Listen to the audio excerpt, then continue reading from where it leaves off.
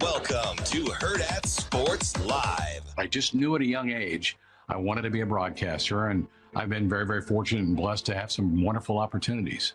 Launches the throw down toward the goal line, going up. Touchdown! Jordan Westerkamp! Nebraska wins the game! I've told people all summer, don't bet against me. I'll be in that booth on the 31st because it's been part of my life, all of my life. It's all I know.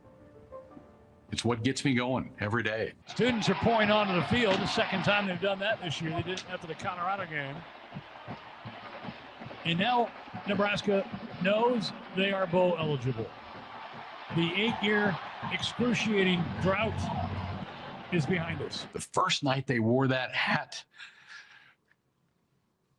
Jackson Brockett throws a no-hitter. Man. Jackson Brockett has the first 9-inning no-hitter for the Nebraska Cornhuskers since 1954. Brett ready to deliver the first pitch. Breaking ball, that's looped in left field. Gabe Swanson is there. He squeezes it, and your Huskers are Big Ten champions. After losing game 1 Tuesday night, they come back and win 5 straight and capture the Big Ten tournament for the first time since joining the league. My wife's been amazing. My daughters have been great. Work has been phenomenal. People like Jessica and Ben.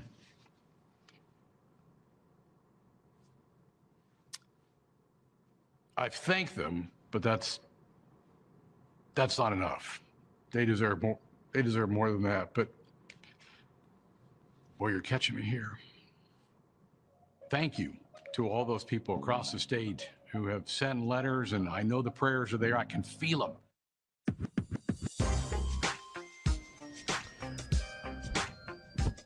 Good morning. Welcome into Hurrdat Sports Live. That's DB. I'm Ravi Lulla, presented by Centrist Federal Credit Union.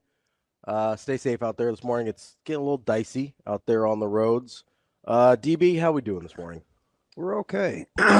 we are hanging in there. Yeah, I remembered how to drive this morning, so that was new. I was you hunkered down this weekend a little bit. Yeah. I didn't start my truck one time. Yeah, it's a good weekend for it. Yeah, it's interesting. And just kind of listening back and talk to just throughout the course of the week and going back and forth with Sharpe, and Ben said on Monday, he's like, hey, let me get down and talk to Greg before I leave for Arizona. And then Jess texts Tuesday morning, and that's when I told you, I'm like, weekend may be tough, right? Yeah. Just getting to the weekend. And yeah. But then there's this part of me that's like, he's kind of a fighter. He's fought forever. And I told Jess and Ben, I said, man, I'm like, I got to get down there to say thank you. I said, but I'm kind of afraid. Sure. Like, this is real time. Yeah. For us. I'm kind of afraid. I don't want to overstep my bounds, and but he's just timely. When other people would forget or not forget, like there would be oversights or references, or he felt like I was left out. Like he would always include me. Mm-hmm. He's very encouraging. Television is vastly different than radio. Yeah. It's extremely different, and that's why I have such an affinity for guys like Kevin, who can paint the picture either way. Yeah. And Jess said, and she's not usually her glass stays half full. Yeah. Right. And she said, well, just telling you, if there's anything you want to say, better get it all out. So Tuesday, I just dumped. It was whatever, right? And I wanted him to know that for all the things that people think that I've accomplished, or whatever people think about my broadcasting career, that the two most influential people in my career arc happened almost 20 years apart. So there's Kevin, early 2000s, just coaching and loving me up and critiquing and coaching and, setting me up. And then the transition with Greg. Mm-hmm. Because it's really, really, really hard. And the things that I thought about was, and I told him this from day one, because you have to imagine me kind of walking in as this all of the sudden, and I mean all of the it's mid-season, right? It's like midweek. Handpicked guy. Yeah. And I knew he had a fantastic relationship with Matt. And I'm kind of this outsider. And it's had to be tough, I would think. Yeah. He sat me down and just like plowed through it. He's like, hey, this is right up your alley. We're going to transition. We're professionals here. Let's have some fun. Yeah. And there was significantly more than that, but at the end of the day. And one of the things that I said the other day to him is, people use this a lot. Like, I didn't really have I didn't have like the wherewithal. And I mean, a lot of people knew this was coming, right? And so maybe people had some stuff in the queue. Maybe, it was just everybody grieves differently. Mm-hmm. And I just couldn't muster anything on social media. Sure. Just wasn't my deal. And I was talking to Coach Lulla about it, and Kevin, and talked to Rizak. He'd already sent me this book just because of the run that I've been on the last, handful of years. Mm-hmm. It's called Permission to Grieve. And so you think you know until you really know, and then you start going through social media, and honestly, like some guilt started to creep in. Because I think, and maybe I think one of the connections that I have and that we've been able to have with listeners is sometimes we'll say some things, or we'll admit some things that I think other people have been thinking and wanting to say. They just don't, but we do, because I mean, for me, I've kind of been at the bottom, so shame isn't really a thing for me, right? Yeah. You fight gatekeeping death and people's passings. Mm-hmm. And I don't know if it's natural or unnatural, or people go through it, but people talk about, you want to see the worst, and people, experience a few weddings and funerals. 100%. Yeah. So I went through that a little bit early, and kind of settled down. And the one thing that I kept coming back to, that those that I think like really knew him, the Davisons, the Roars, the Ben McLaughlins, the Lane Grindles. And Ben didn't say anything. And in deals like this with Greg, I always followed Ben's lead. Sure. Always. Sure. Because they're very close. Yes. Yeah. So kind of how Ben handled it is what I would try to do. Yeah. I didn't say anything, and I literally just followed BMAC. If he made something okay, then it was fine with me. If Ben was upset with something, then I would be upset with something. Like, that's just what I would do. And the word that I kept coming back to was his humility. Because that's a word that kept kind of was reoccurring with those guys when they would speak about him. And I'm telling you, Ravi, that had to be, professionalism is up there. Sure. But his humility was like, he's kind of meek, you know, so he had like this quiet strength. And I think it was his humility that that I talked to him. You know, I was talking about modeled behavior. Like he's the quintessential person for modeled behavior. How to go about doing your job. And he's just incredible. I mean, sometimes he was a babysitter. Sometimes he was like he literally would defer. You know, he'd walk into rooms and stuff. I remember we were at a spring practice, and you know, he had his arm in a sling. And you know, I looked at him, and he came over and we talked, and I said, "Hey, you know me really well now. Do I or don't I say anything? Do I ask?" And he shook his head, no, and said, "We'll talk later." So you can know what's what, and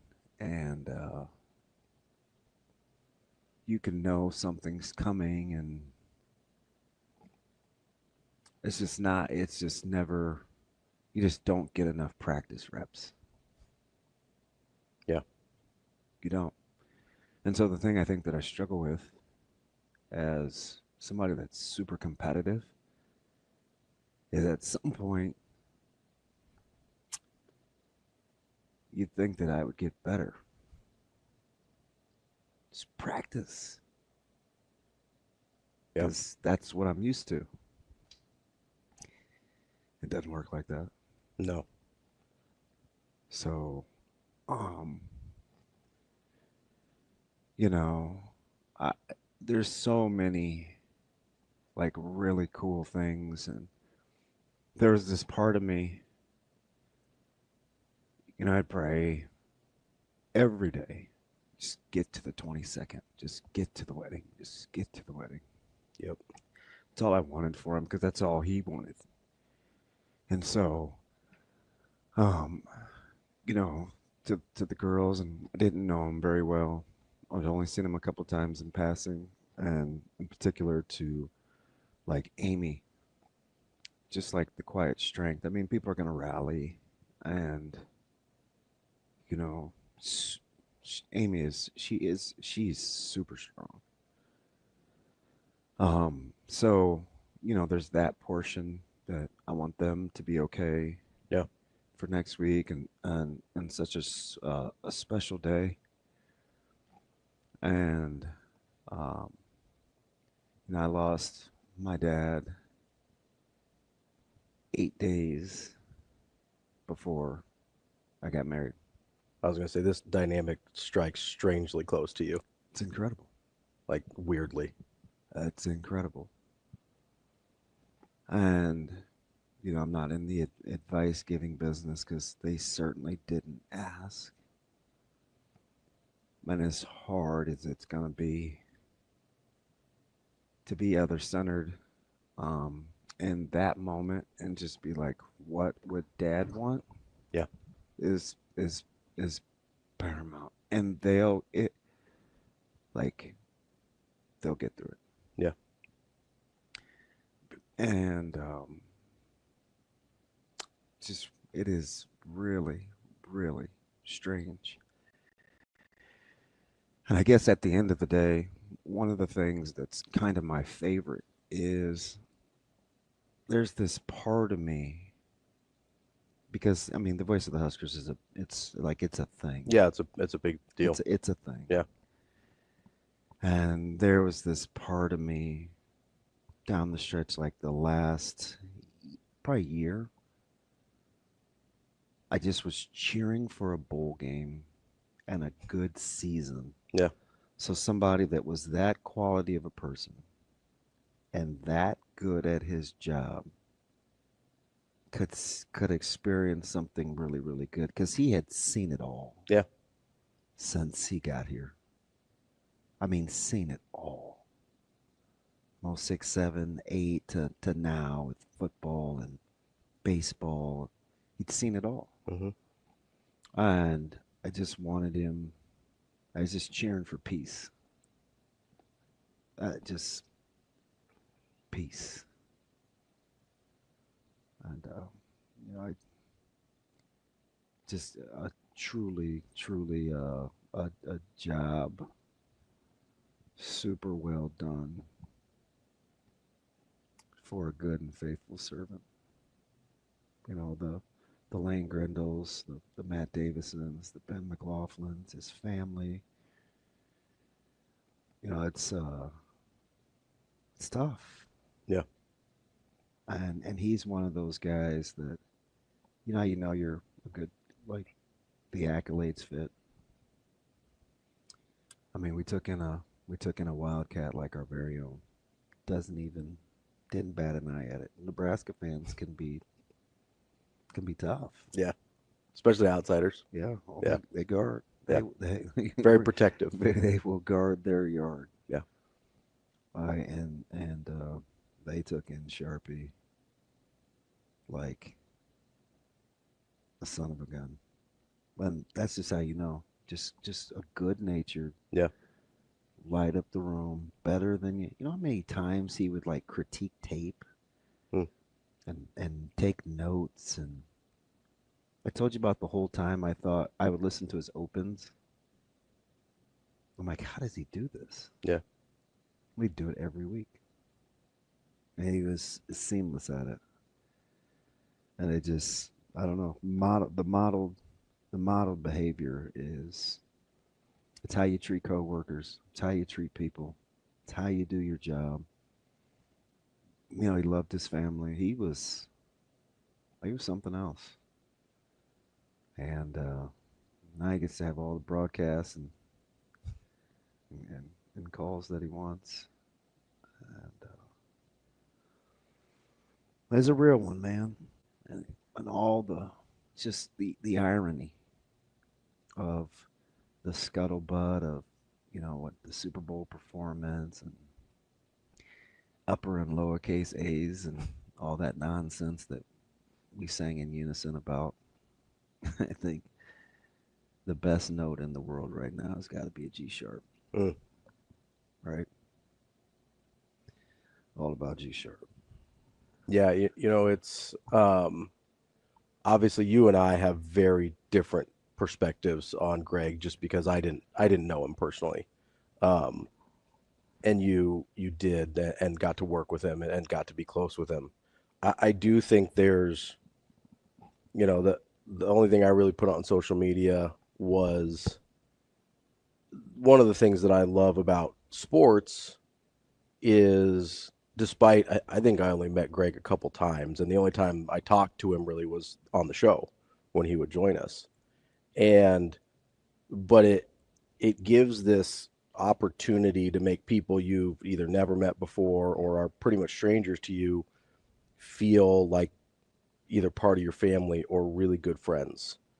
And I think that's the thing that endeared us to Greg so much was, if you love Nebraska sports, you spend a lot of time with this man, even if you didn't know him, right? Mm-hmm. Spend your Saturday in the fall. You spend your baseball games. I love listening to baseball on the radio. Like, it's a very radio-friendly voice or a radio-friendly sport. So, I would find myself, I probably listened to more Greg Sharpe baseball radio calls than football, ironically enough. But you get this sense that you know him and that he's a friend, and it's a it's really one of the beautiful things about sports. That's a skill. Is the ability to bring people together that are total strangers and they feel like friends.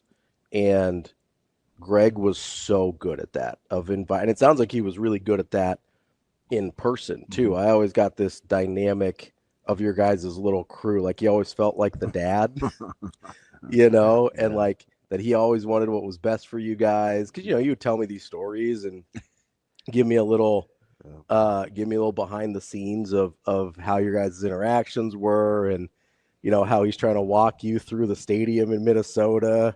And it takes 20 minutes to figure out you guys are in the two different places. Even when we would we'd go try to find breakfast. Ben and I sometimes had breakfast together if we ate out of the hotel, but we'd always use the app and walk. Yeah. And even his delivery on how the difference between using, Google Maps walking versus driving was. Yeah. You take a deep breath, give it a second, wait till the arrow points the direction the way you want it to go. But I think he was kind of serious, right? Yeah. That's how he would be with like his kids. Yeah. Yep. It's like, oh, this thing, I just hurry up and go. Just take a deep breath.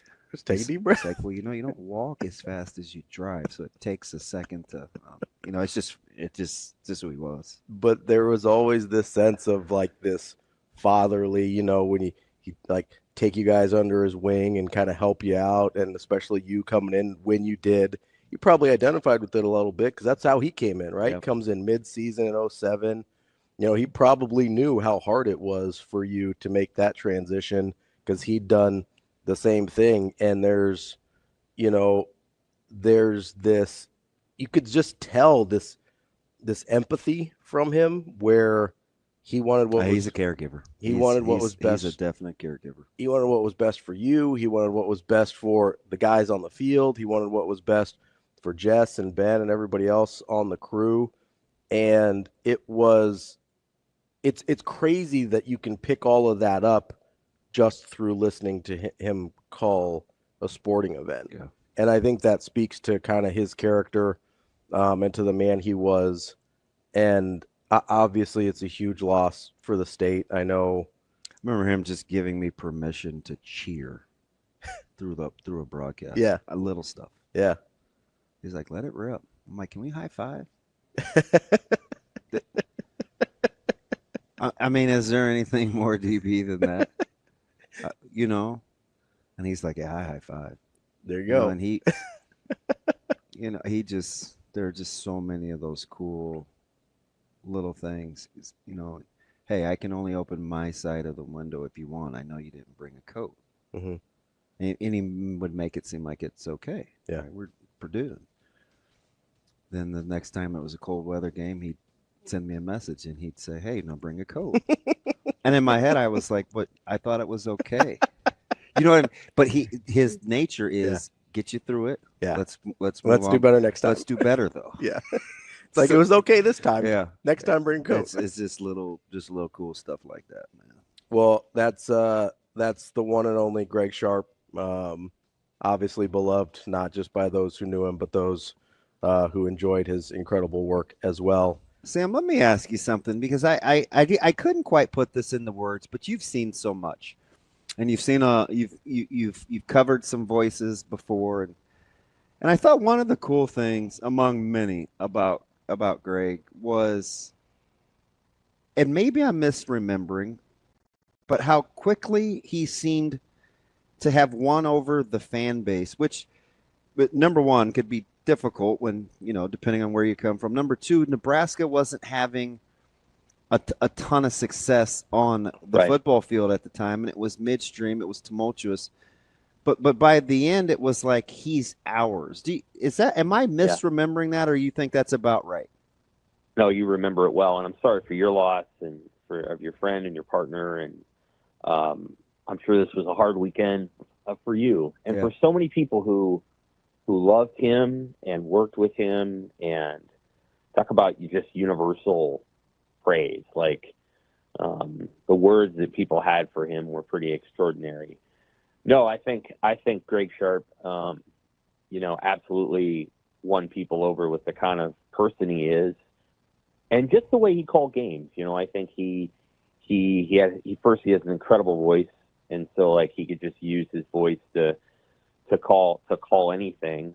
You could listen to him, read the phone book, but just maybe the way that he was able to, put emotion into those key moments, but like a lot of Midwesterners, he knew when to, he knew how to just kind of tell a story too, and kind of be right there next to you. And so the way that I interacted most with Greg Sharpe's voice and his work was on Sports Nightly, right? And then baseball, because I'm watching the football games, and there are a few people who cover the team and beat writers who can kind of listen to you guys simultaneously to watching the game. I'll go back and listen to what you guys said, because I'm not good enough multitaskers. But, I'd be out in the yard, or I'd be, cleaning something down here, and I'd have baseball on the radio. Mm-hmm. And it was Greg and Ben, and back in the day it was Lynn Grindle and Nick, and it's just these guys that, and they're just your companion for 3 hours. And Greg's a great companion. Like, he was just such a wonderful presence on a baseball game. He could tell a story. He could get amped up.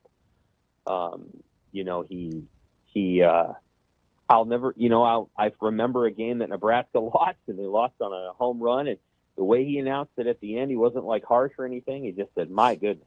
And that was perfect, And, that's a good one. Yeah. That's a good one. He'll go to that to express disappointment, but that's about as disappointed as it sounds. Right. That is an absolute gem.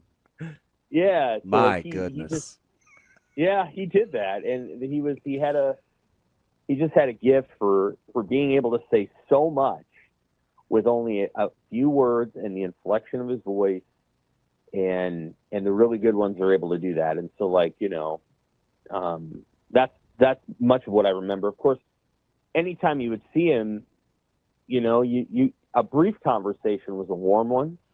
And you could have a long one with him too. And I had a few over the years, maybe not as many as others, but, he was always just a great guy, and he will be dearly missed in that role. Obviously, you can't cover all the sports when you're the voice of Husker football. And so, that's a family, you're part of the family, yeah. Damon. It's you, and it's Jessica, and it's Ben, and it's Matt Coatney, and it's Kent Pavelka, and it's Jake Moeisen, and all that, and so, you guys are a family, and that's, you lost a member. So again, I'm sorry about that. And everybody's going to be sad for a while, this is going to be tough.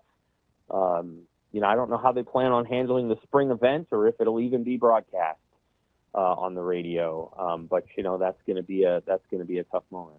When I tell you that discussion is pretty constant and ongoing, I mean it's pretty constant and ongoing. It may be something different tomorrow. There's a lot of ideas, Sam. A lot of ideas.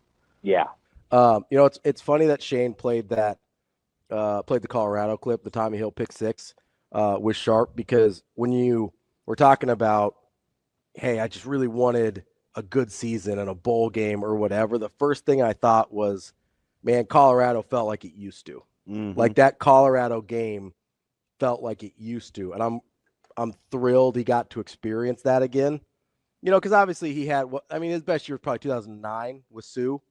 That was probably his best in terms of the team's best year while he was on the call. So it'd been a while since he got to kind of experience that kind of excitement. And man, that Tommy Hill pick six moment was one of those you go, oh, this is going to be one of those days. Yeah, it's funny. It's so fluid. Yeah. But I just remember before that game where I took the walk with Coach Rule around the deal, and he goes, "We're better than them. We're going to beat their ass." Yeah. That's what he said. Yeah. And I was like, "Oh." I didn't say a word. Oh, no, you know what? I take that back.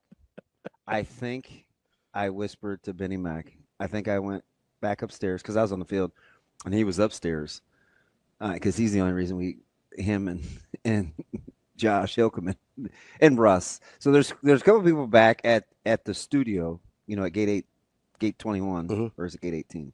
Gate 18. that make that thing happen, right? But BMAC in studio, is like does a lot of the technical stuff, and I'm like, hey, make sure the mics are off. I feel pretty good about this game. Coach Rule feels good. He never says anything like that. And Ben goes, I don't know what you're talking about. What did he say? I was like, oh, sorry. He said that we're going to beat their ass. That is a real thing. I was so taken aback. I forgot to tell him the news. And he goes, why are we whispering? And I'm just like, he's just a comedian. But You know the weirdest thing about that game? What? Is and nobody believes me now but I literally had a dream that night that Tommy Hill was gonna have a pick six. Yeah. It was longer in my dream. It was that was fit, dialed in, focused Tommy Hill. Yeah, we like that version. Yeah. We'll see which version. Just didn't get it a lot. We'll see which version the combine gets this week. See if he can make himself a little bit of money. Yeah, that one's going to be interesting. Guys, I'm great. What was for breakfast? Or have you not had it yet? Oh, my favorite, because you and I have had a few breakfasts on the road. So we got an egg plate, we got biscuits and gravy, we got a bacon, egg, and cheese sandwich, and a sausage, egg, and cheese sandwich. What would G Sharpe go with? Oh, my gosh. I can't pass up biscuits and gravy. Thank you. That's my guy. You got that somewhere? You got that somewhere in the vicinity? I'm chomping. Let's go. Sharpe, was breakfast before or after you had to guide him to the right stadium? That's before. It was several hours before. Yeah. Yeah, that was the encore. Yeah. The trip to the stadium. Yeah. All right. Welcome back, Hurrdat Sports Live. We're halfway through the show. That's DB. I'm Ravi, Lulla here on the Pillar exterior stage. That was at one of our live breakfasts in the fall. I think that stretch might have been. Was that Minnesota, I'm guessing he's talking about? So that had to be Keys Cafe. We went to Keys Cafe. For the stadium, it was definitely Minnesota. Yeah, we went to Keys Cafe that morning. How was it? I ate light because it was a game day. Yeah, you don't like to eat while you're working. And I went for the company, not for the meal. Yeah. So I know exactly what I had. Yeah. What'd you have? I had 6 pieces of bacon and a piece of dry wheat toast. What? Just very on brand. Yeah. B-Mac had an omelet. I know exactly what we had. Did Sharpe have the biscuits and gravy? Yes, he did. Attaboy. Yeah. We walked. It was we passed some really good places too. Yeah, just like skipping. But Keys it's popular. Oh, okay. And we got in pretty easy. Yeah. Yeah. It was, he's not sleeping. Yeah, really? Mm-mm.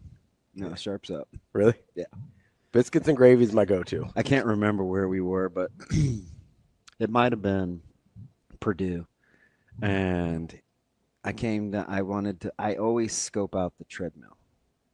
I always go to the fitness room, and I try to get there before anytime between 6:30 and 7, because usually post 7 people are going to want to get on.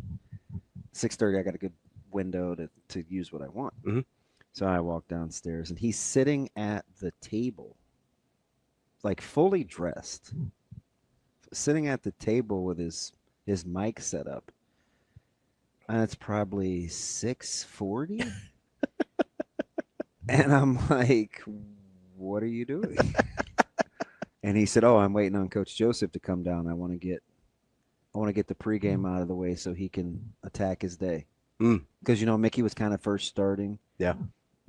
And even in that moment, Sharpie was so appreciative or so respectful of someone else's time that he didn't want to get Mickey out of his routine of how a normal game day would go. Sure. So he's like, well, we'll just get it out of the way. Mickey's like, let's just get it out of the way early, and that way I can go on about my day. I still got Malachi Coleman to call and all these other guys. Yeah.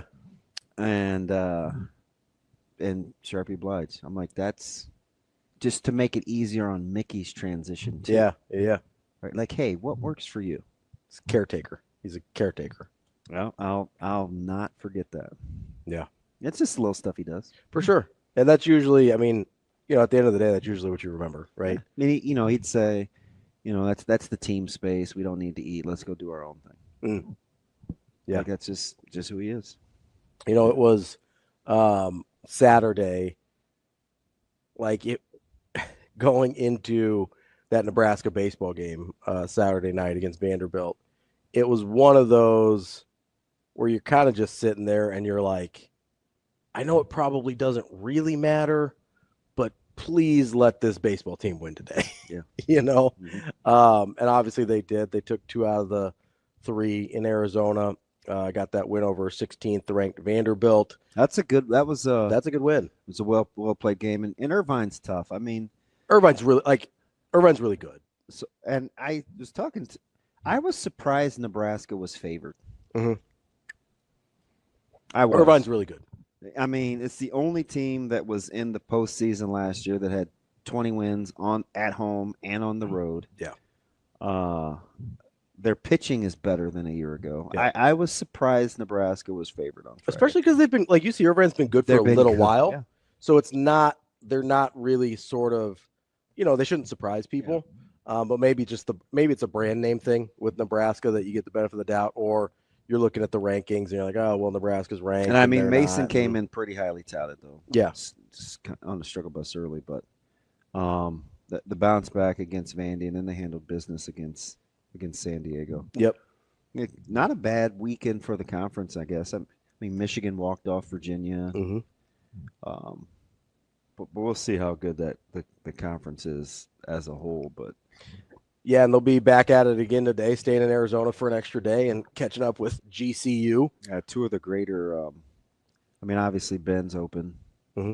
was sensational. But man, go back and listen to Coatney. Mm.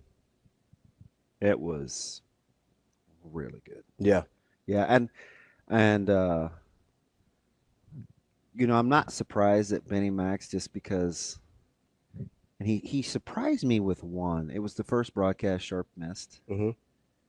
And he knows how I am, so he didn't tell me that during the pregame that's what he was going to do. Mm. I looked at Josh Hilkeman, our engineer, who's like the goat of the goats, and he's looking at me, and it's like, if he would have even remotely warned us, we probably would have walked out. But because he didn't and went into it anyway, yeah, like we're just, do you have Kleenex? I don't have Kleenex. Do you have Kleenex? But so but Code is so, he's got that gregarious, he's got the big personality. Mm-hmm. He's really funny and he can be sarcastic. For it, like he showed a different level yesterday. Nebraska got off to a good start. Almost got off. Illinois tough. Yeah. That's a good basketball team on the road. Felt like I had just seen the inside of that building a couple weeks ago. Been there recently. Yeah. It just across the street from where we stayed. But it's not a bad little campus.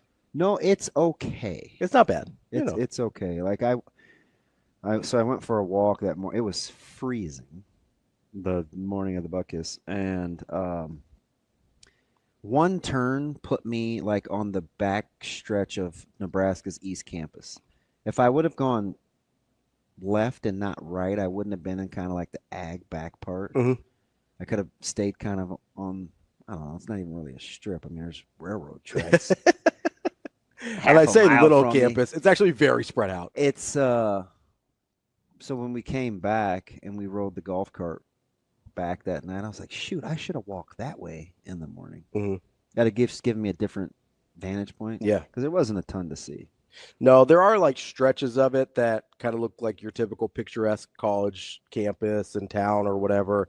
And then you've got the sports complex is sort of in a different area. It is very spread out. Apparently, there's a ton of different. Or by the I Hotel, mm-hmm. there's church. So it was Sunday morning. Yeah. So it was packed. And then the game had an early tip. It was noon. Mm-hmm. So it was packed. So there are a lot going on. And there was like some Shakespeare Camelot deal. So that's where you ended up, right? You should have heard LeVar Arrington. He's already kind of loosey-goosey. Yeah. He's like, and when I say 0 cares given, yeah, I mean 0 cares given. Yeah, it doesn't seem like LeVar is terribly bothered by much. Somebody would walk by in costume and he'd be like, Macbeth? I know this isn't Othello. He would have those kind of jokes because he's super smart. Yeah. He was in our former life, he'd be on the air when you'd like come in. He was telling Christian and those guys, they just sat and chopped it up early on Saturday morning. He was with our AD, how he basically thought his way out of the league. Yeah. LeVar? Yeah. He, didn't want to take the needle, kind of a natural, holistic guy. He's his own man. He told these great stories about, kind of rubbing Paterno. He's like, he loved Paterno, but how, Paterno just wasn't one of those guys that he goes, well, he kept wanting to be this father figure. And he's like, man, Benny, he's like, I got a dad, and he's a good one. So, so I was vibing with him. Yeah. Because he's just so honest. Yeah, he's pretty real. Yeah. That's funny. I'm football now through the week and looking forward to being with you in the booth. The hardest thing for me on game days isn't the prep or any of that. It's keeping you and Coody on the same page. He'll have Damon on Sports Island, and I work. Jessica, be nice. She goes, well, he'll start something. No, Greg, I never do. I'll have to jump out and go, Jessica, you need to be nice. Wrapping up the show here on Hurrdat Sports Live. That's DB. I'm Ravi Lulla here at Hurrdat Sports Bar and Grill. And you wonder why I thought he was like your guys' dad. Just, hey, you two get along. I'm going to be on with her tomorrow night. Yeah, with Jess? Yes. I think she'll be nice. You think so? I think so. I think so. I haven't. Is she the older sister? No. Not like actual age-wise, but I mean relationship. No. So we're good at different things. Okay. Jess knows where to be, when to be there, and so she can put the ideas in my head. I'm the one, I think, that kind of will make it happen. Okay. So I think that's what gave me the older sister vibe. Because I'll always have to ask her, hey, what time? Where are we going? Where are we what going? Time? Yeah, I never know any of that. So that's, I think, what gave me the vibe. No, that's fair. Yeah, that's fair. Because that's what I would ask of my older sister. I'd be like, wait, where are we supposed to be? What are we supposed to do? And she'll tell me something like 8 or 9 days in advance. And then you're going to have to ask again day Which of. for me, you reach a point of diminishing returns. I'm probably somewhere between, give me 4 or 5. I was going to say 2 or 3. Like somewhere especially if I already have to be there. Yeah. Like it's fine. Now, like if it's a matter of you're going to be, I'll both, be there anyway. Yeah. You're both going to be in Minnesota or wherever. You're just trying to get specific as opposed to, hey, DB, we need to get you to this place. Right. That's a different story. Like I can't remember. I'm somewhere this weekend and it's far, and I needed to know well in advance. Sure. Yeah. But that's not already going to be their deal. No. Yeah. And I found out the actual details, like the details. Yeah. On Twitter. Like a guy, he's like, hey, you're going to be like 15 minutes away from me. You're like, am I? But I knew it. I knew it was Saturday. And I didn't know who I was going to. I just knew I was with Sty. Yeah. And that's pretty much the extent of it.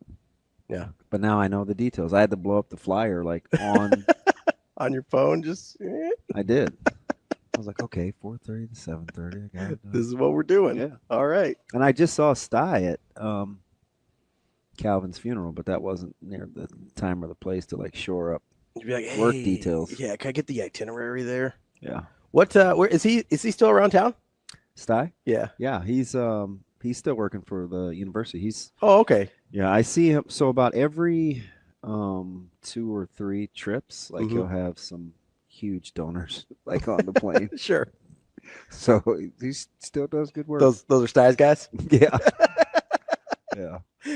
I just like to see him have to get on those planes.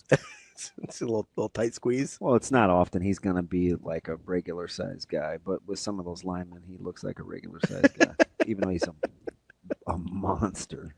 It is kind of, I think about this sometimes, and Sty's from around here, right? No, he's from Yorba Linda, California. Oh, okay. I thought he was one of the guys that was around. So he's a really good example of this. It is really kind of funny to me how many of the guys that either played with you or after that have stuck around. Yeah. I don't know. I don't have a lot of other frame of reference for it, but it seems unusual. I thought it catches me off guard. Because a lot of these guys are not from here. Yeah. And they just stick around. I think it speaks to the warmth of the state. I agree. It's very inviting. Kind of like what we were saying about G Sharpe, he won over the people quickly, being from someplace else. And it's not like he didn't have the benefit of just being part of something good or dominant. No, it was tough when he came in. It was tough. Yeah.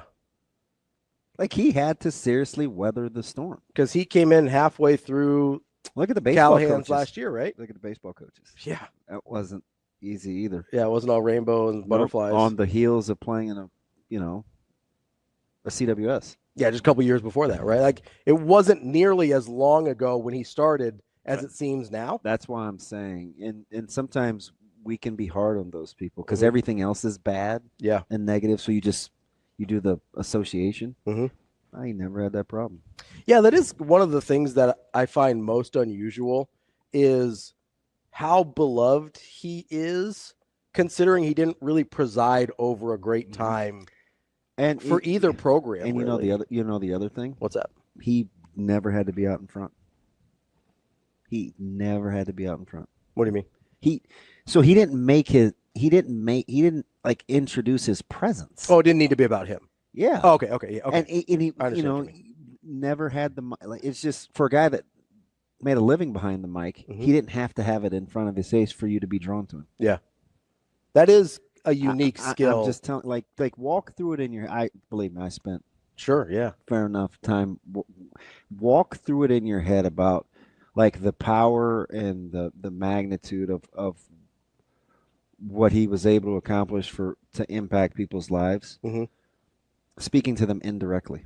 Yeah.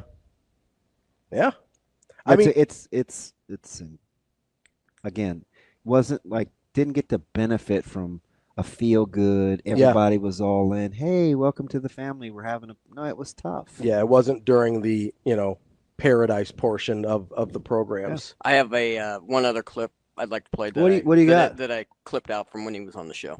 I looked at DB at halftime. I go, wait a minute, Ramir hasn't had a carry yet Yeah, tonight. What's you going did, on? you And did. then we're like, Jess, check on Ramir. And then she's like, he's in street clothes. We're like, what the heck? Did he just take the night off? And they go, oh, we're good, Ramir. We got this. Go out and get your runs and come on back and enjoy the second half. That's funny. That was really funny. And the funny thing about that is I go back and listen to what was going on with Ramir, and I knew he had gotten kind of dinged, and then he missed a couple of games, but we didn't really know what was going on. And then you go back and you hear the story of what had happened with his mom. And I wondered if just emotionally he just wasn't ready to. Yeah, wasn't ready to go. Yeah, just a lot. There's a lot of that cool stuff. It's kind of funny. I think there's some similarities in the way I think about Greg and the way I think about Coach Rule, right? In the sense that when Coach Rule got hired, one of the things I kept talking about was he feels like one of us, even though he's not from here. That, I think, was the big thing with Greg. He felt like a Nebraskan, even though he wasn't born and raised here, didn't have that.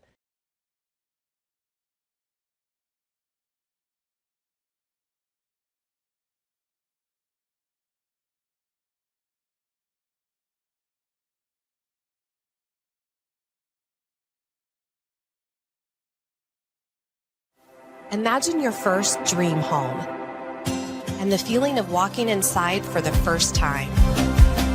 With Centrist Federal Credit Union's First Time Home Buyers program, you are at the doorstep of bringing your vision to life.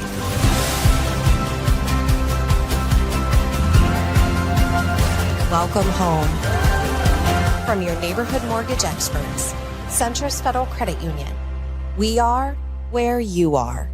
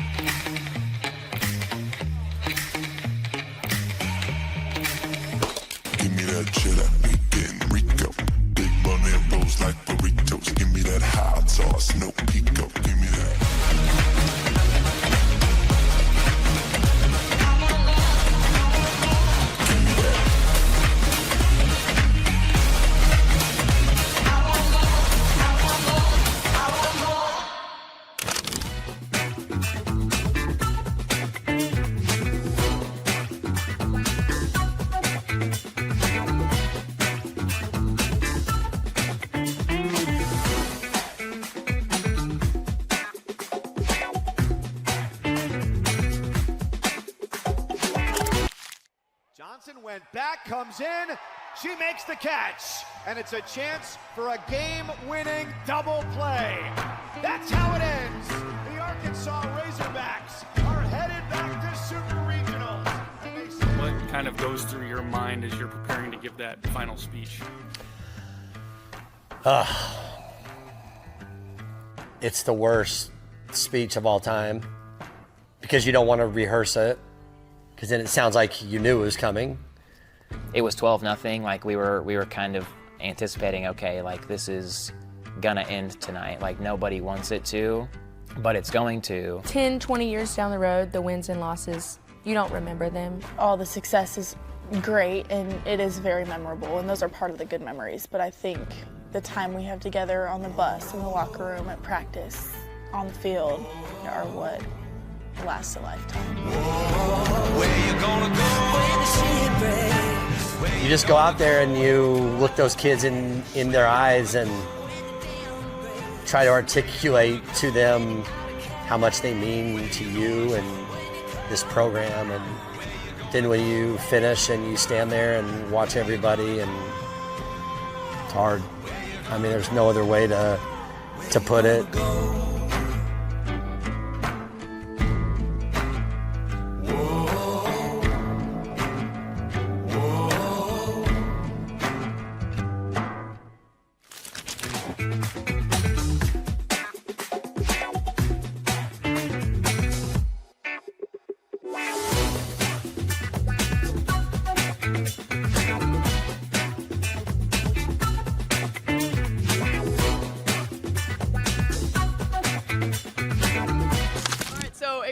On the field stuff, what's been your favorite moment on the field, or something, a certain act that you guys have done? What would you say? Obviously, my most exciting is my 4-1-1, my dance. When I do my dance during the game, that's the most exciting part for me. But we've had some amazing people come out and play for the Bananas.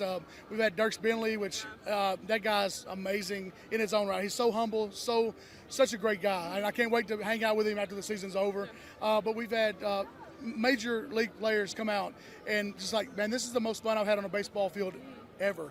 And these are guys that won World Series. Like they feel the energy, they bring their family gets to see them do something again. So it's really special.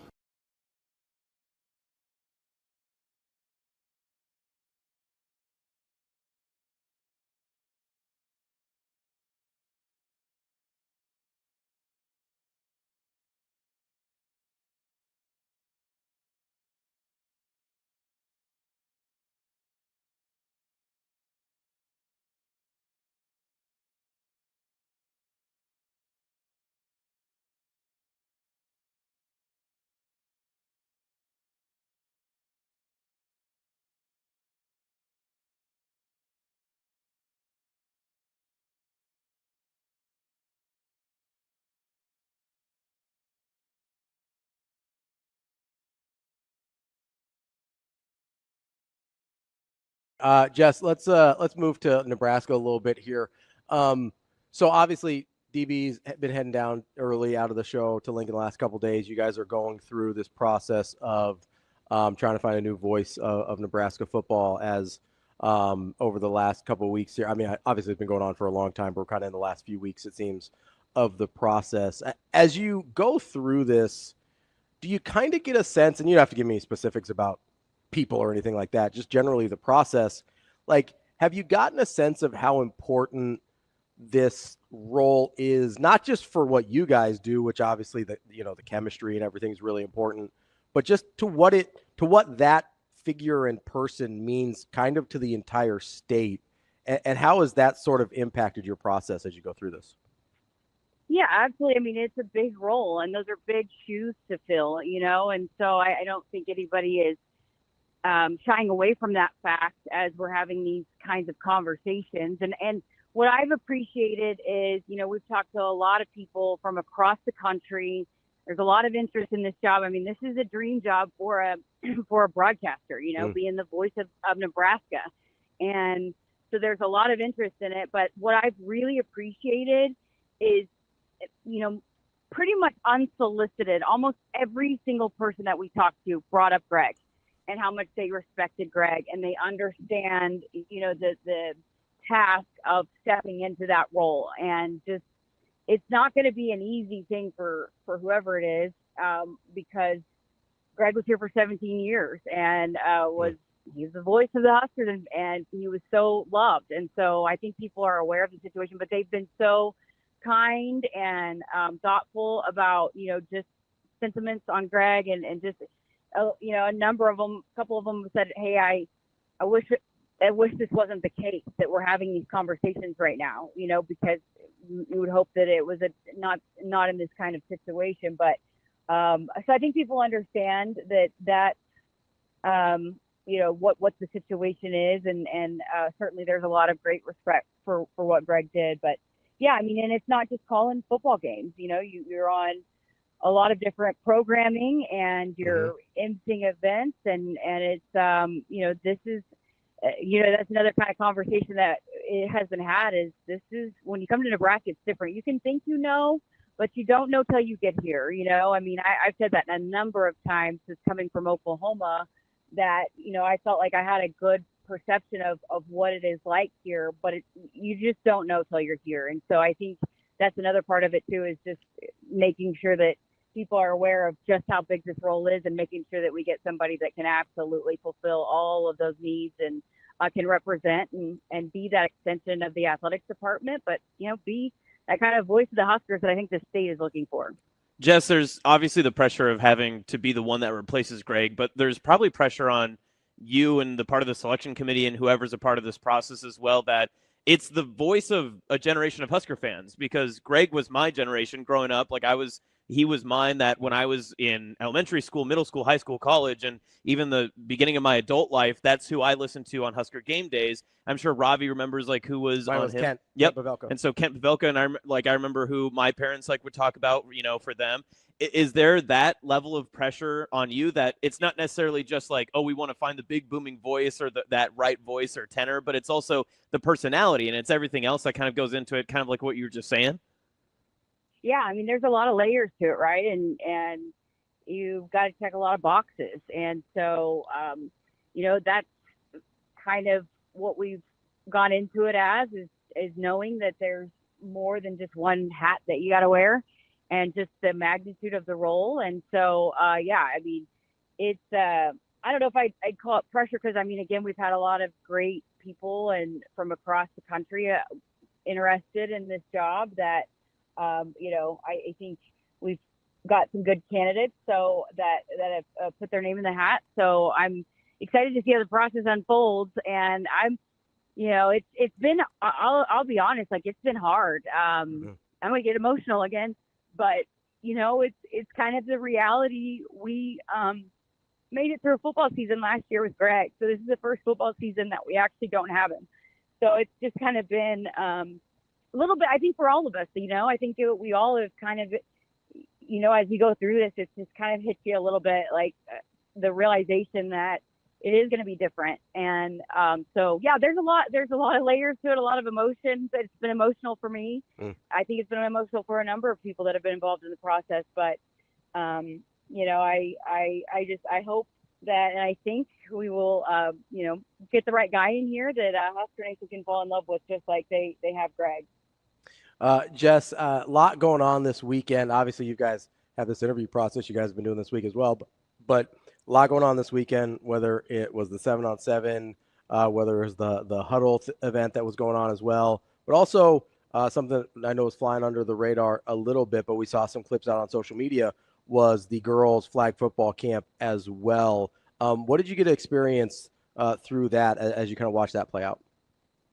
Yeah, I actually, because the show was going on during a lot of it, so from 6 to 8, and it was from 4 to 8. So I walked down there and checked it out when I could. We had a couple of breaks and segments, and it was really neat. The turnout was even more than what it was last year, and they had the former or current players down there that were running some of the stations, and just to see how invested they were and making sure that these young girls and young ladies had a great experience and learned and took a lot away. I mean, I said this last night on the show, just kind of taking it in as I walked around down there. Just Coach Will brought this up before the spring game, but just the character of guys that are on this football team. And I mean, I saw Emmett Johnson tackling a circle donut deal, I mean, just how much they pour all into it, and they could just be there going through the motions, but that was not the case. And so there's a number of the big name guys that were there, and just to see it grow. And I think it was just really exciting to see the interest from a lot of young ladies across the state and around this area that are interested in coming and being on the football field and learning about the game. And hopefully it continues to grow. I think it will, though. But, it's been crazy. They've had camps every single day, multiple camps. I've ran into a few of the guys running the camps, and you can tell it's they put a lot of effort into it, and it's a big task to take on. They take a lot of pride in the camps and making sure that they are done top notch, and every single camp that they put on. And so they do such a great job with it, and so not surprising at all that the She's Got Game camp continued to grow, and the turnout was what it was last night. Jess, on the other front, I mean, so many things happening this past weekend. AJ Ferrari, obviously one of the biggest names to sign with Nebraska wrestling, and that was such huge news. The bigger question for the wrestle heads that are either in our chat or listening, they are wondering what his fit is with Mark Manning in the program. But I think my question with you is, because you know this team so well, and DB's talked about your relationship with the guys and everything. How does he fit just with the guys that he's going to be competing against day in and day out in that practices and when they travel? How does he fit? Because he seems to be such a big personality. Does that type of personality fit within the room? I'm telling you what, this coaching staff, Mark Manning wouldn't bring in somebody that didn't. So I just have a lot of faith in Coach Manning. You want to talk about a guy that's implemented a program that the guys buy into and that love being a part of that program and believe in it and the direction of it. So I just, wholeheartedly believe that it doesn't matter who it is, whether it's AJ Ferrari or whoever the guy might be any given year, whether it's a freshman or a transfer guy, he's not bringing somebody in that wouldn't fit with the culture, wouldn't be able to be a fit in that wrestling room. So, I've said that from the start, but it was huge news. I mean, this is one of the biggest names in wrestling. And, I think we talked about this last night on the show, but when you start talking about wanting to continue to move up the podium and potentially win a national title, you got to have guys that are racking up points at every weight class. And so, I think this is, they've built it to where they're reloading. And even though, you lose Ridge, I think even the guys the spots that they're filling, they feel really good about the guys that they've been developing.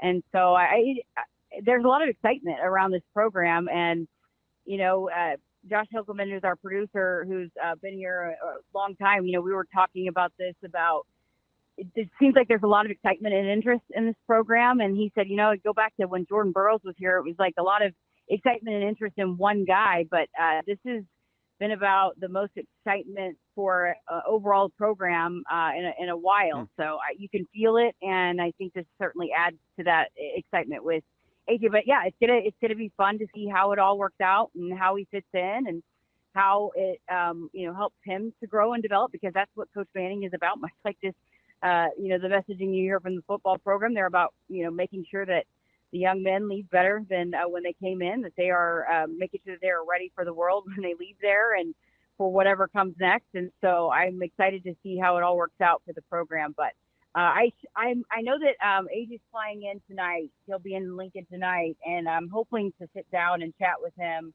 over the next couple of days. So hopefully we'll have that conversation on Sports Nightly coming up here in the next few days. Well, I don't want to give too many spoilers, but maybe a little teaser here. What's one of the things you're most interested in asking AJ about? I just think, what was it about Nebraska that I know he's been here before, but what about Nebraska drew him here, and why he felt like he could fit, I think that's the question that, you guys just asked it to me. I've been asked it several times over the last few days, just what kind of fit it will be. So I always like to ask that question to all the athletes, what is it about Nebraska that it was the right fit for you? So I think just hearing that and why, he wanted to come here and be a part of what's going on here at Nebraska. Jess, before we let you go here, I do find it fascinating. You mentioned Mark Manning and kind of the benefit of the doubt that he gets when bringing people on and assuming that like, hey, that like this wouldn't have happened unless it was going to be a good fit. Have you seen, as you've watched him over the last few years, have you seen him kind of adapt in certain ways? Because he seemed like the program was kind of at a certain level over the last few years, and then we saw it elevate this past year, and now it looks like they're trying to go to another level. Have you seen some changes from Coach Manning as well while still staying true to his culture? I mean, I think he's constantly trying to make sure that he's improving. But Mark Manning, one of my first assignments when I was here was the Big Red Blitz, and we were flying all across Nebraska, and Coach Manning was in the party that flying out when I was there. So he's one of the first people I met, and just genuine, nice, one of the nicest human beings. I think if there could be a mayor, there are a lot of coaches that could be the mayor of Nebraska, but I think Mark Manning is certainly at the top of that list. He's so supportive. I mean, he's a lot of times when you hear coaches talk about, just the camaraderie between the coaching staff, they'll talk about Mark Manning's one of the first to text people when whatever it is that they might be going through, whether it's a big win or a tough loss. I mean, he is so supportive. That's how he is, and I think that's who he has been to his core. I think he's been genuine to himself, and while maybe he's changed his coaching philosophies, I think he's stayed true to who he is, and I think that's why people buy into it and want to be around him and want to be in that program. And he's true to himself. And he is the most genuine, kind-hearted, wants the best for his people. As much, if not more so than anybody I've ever worked with in terms of coaching. And so I think more than anything, he's genuine. And I think we're hearing that kind of messaging with the football program too. You guys had Trey Taylor on yesterday about how honest and real Coach Rule is. I think a lot of it is similar with Coach Manning. He is who he is, and he doesn't, make apologies about it. I think guys are drawn to that and want to be a part of that. That's Jessica Coody, Husker Sports Network. Jess, I do hope you enjoy the game tonight. I did see it looked like you got to go to a game in Oklahoma City. Is that right? I was at the closeout game 5. Yeah, it was electric. It was awesome. So I was also, the last time I went to a Thunder game, Russell Westbrook broke the triple-double record. So good things happen when I'm in Oklahoma. Maybe I got to find a way to get down there for the finals. I was going to say, you may have to make another trip depending on how these couple games in Indiana go. You may have to give them the good juju. Yeah. Hey, listen, before I let you guys let me go, DB was talking some trash about bunnies earlier. He also, I heard him talking about I got a couple messages, people that were listening in that saying that he talked trash. He didn't even have the story right. This current dog does not kill bunnies. It was my last dog. It was a Cocker Spaniel that, and I even had neighbors that thanked me because the bunnies were they're rabbits. They're not bunnies, but rabbits that were getting into the garden. This one just likes to chase bunnies. So she just likes to run after them, but she has not caught one. So okay, we're not one for dog slander on this show. The second thing, I did not call him a baby. I called him a child when he was being a little bit pouty on the Husker games. And I was walking to my office. I ran into Ridge. I was like, that's the guy that's going to cheer DB up. And his face lit up like a child when Ridge walked into the studio to say hi to him. I was going to say, clear up those two things from earlier. To be fair, you're 100% right. Like, you knew exactly what medicine DB needed to turn his mood around. So honestly, that's impressive. Robbie, once you know DB, you know how to get him right. Even yesterday, I was like, I know he can go to the right stadium, but can he go to the right place at the stadium? So I had to make sure he knew where to go when he was coming here yesterday. So yeah, the no DB left behind program, right? We're trying to make sure he gets to the right stadiums, he's getting to the right press boxes, all that good stuff. I like his chances better in Lincoln than I do Minnesota. We'll just put it that way. Exactly, or anywhere, any other town. There's a reason why I had to take over the Uber driving in the morning. Honestly, it's for the best. Jess, thank you so much for joining us. I know you got to get going to continue those interviews. We appreciate your time here. We'll talk again soon. Okay. All right. Have a great day, guys. Thanks for having me on. That's Jessica Coody, Husker Sports Radio Network. Great stuff from Jess as always. No dog slander here on the show. No dog slander. I can't imagine what her and Damon have to go through in those interviews and everything just to hear. Yeah. And obviously, you know, people interviewing for the job, like she said, I mean, they want to be respectful, but they also they want the job. They want the job. Yeah, It's one of the premier jobs, like in it's a great job. Collegiate athletics in this version of media, broadcasting, all that sort of stuff too. I mean, and like I guess if you look at it from the opposite side, like if you're someone that is established in broadcasting and you've been trying to work your way up, you're like maybe at a different type of school or you're a different type of broadcaster, and you see that the Husker job is open, you probably do know of Greg Sharpe as well. So.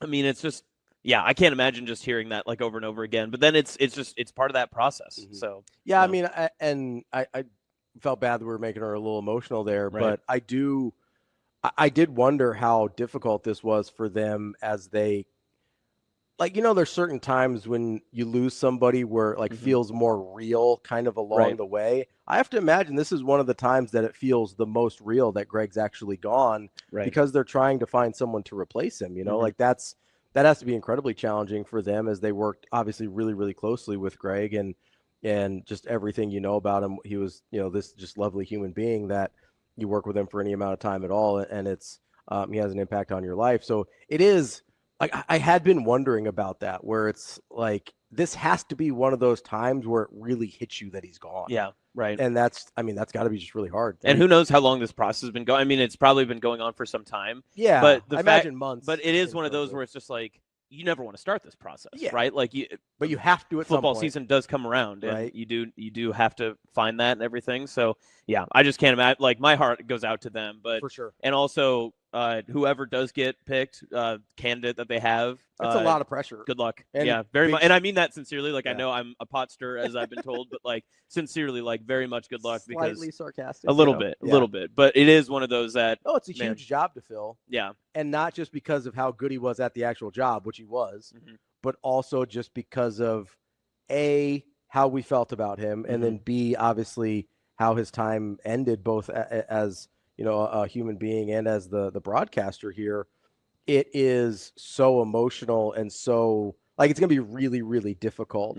I remember under very different circumstances when Kent Pavelka got replaced on football with, I believe his name was Warren Swain. He was a guy from West Virginia, and people are like, oh, this guy's not even from here and whatever, and this big thing, and you're coming off of national titles.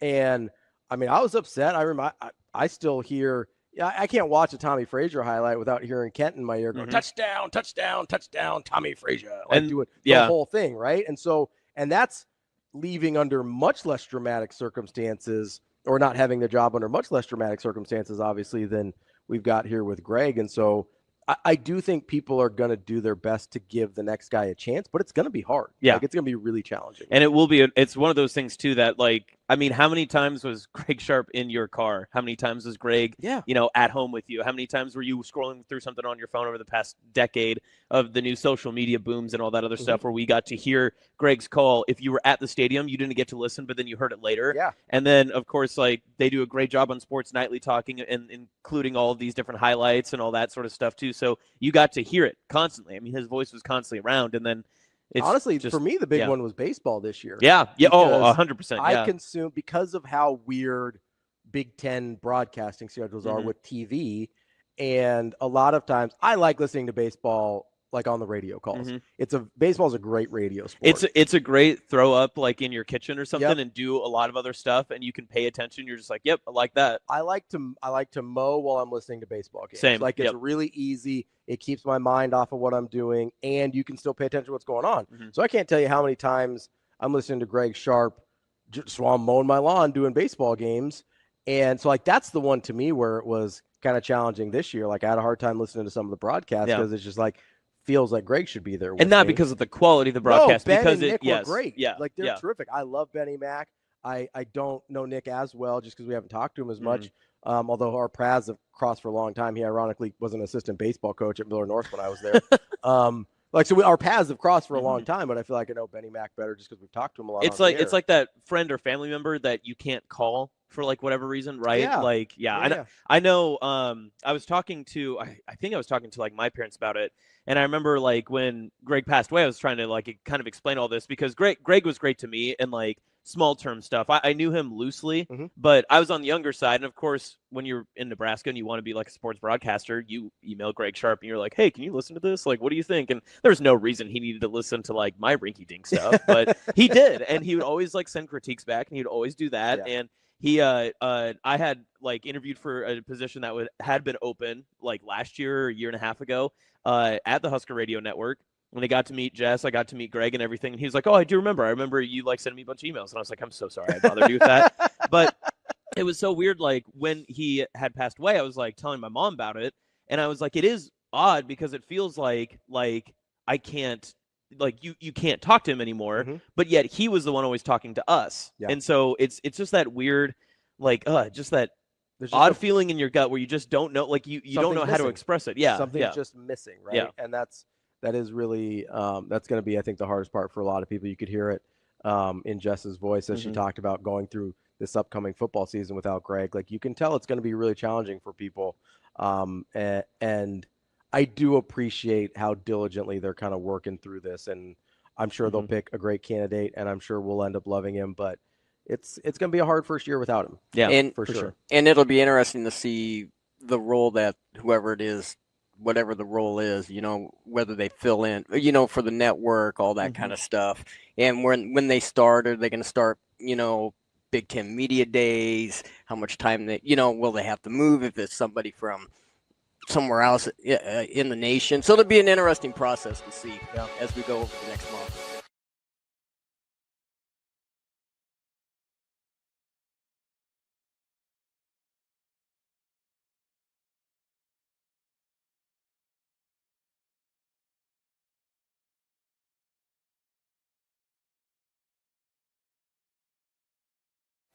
Imagine your first dream home and the feeling of walking inside for the first time.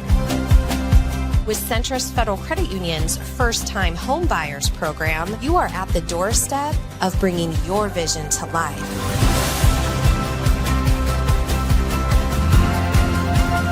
Welcome home.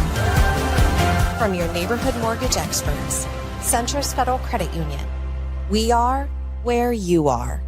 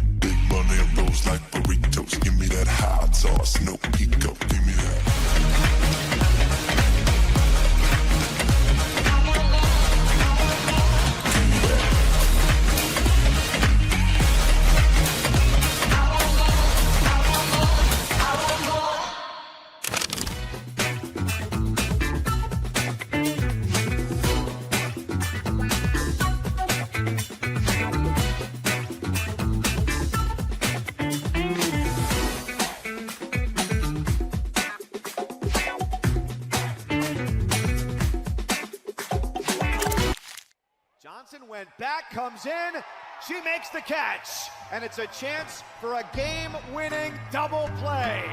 That's how it ends. The Arkansas Razorbacks are headed back to Super Regionals.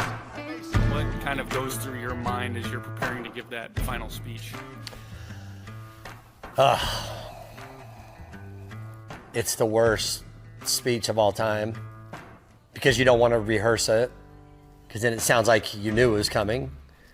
It was 12-0. Like we were kind of anticipating, okay, like this is gonna end tonight. Like nobody wants it to, but it's going to. 10, 20 years down the road, the wins and losses, you don't remember them. All the success is great and it is very memorable, and those are part of the good memories. But I think the time we have together on the bus, in the locker room, at practice, on the field, are what lasts a lifetime. Where you gonna go when the shit breaks?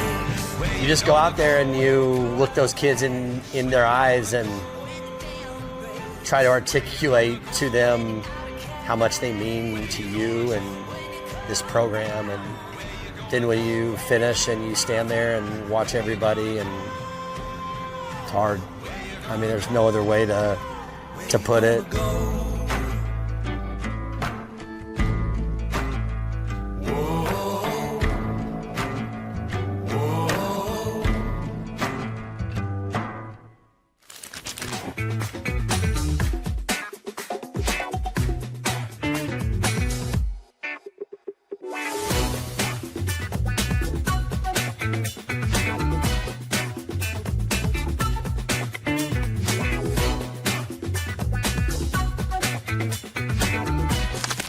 Exciting on the field stuff. What's been your favorite moment on the field, or something, a certain act that you guys have done? What would you say? Obviously, my most exciting is my 4-1-1, my dance. When I do my dance during the game, that's the most exciting part for me. But we've had some amazing people come out and play for the Bananas. We've had Dirks Bentley, which that guy's amazing in his own right. He's so humble, such a great guy, and I can't wait to hang out with him after the season's over. But we've had major league players come out and just like, man, this is the most fun I've had on a baseball field ever. And these are guys that won World Series. Like they feel the energy, they bring their family gets to see them do something again. So it's really special.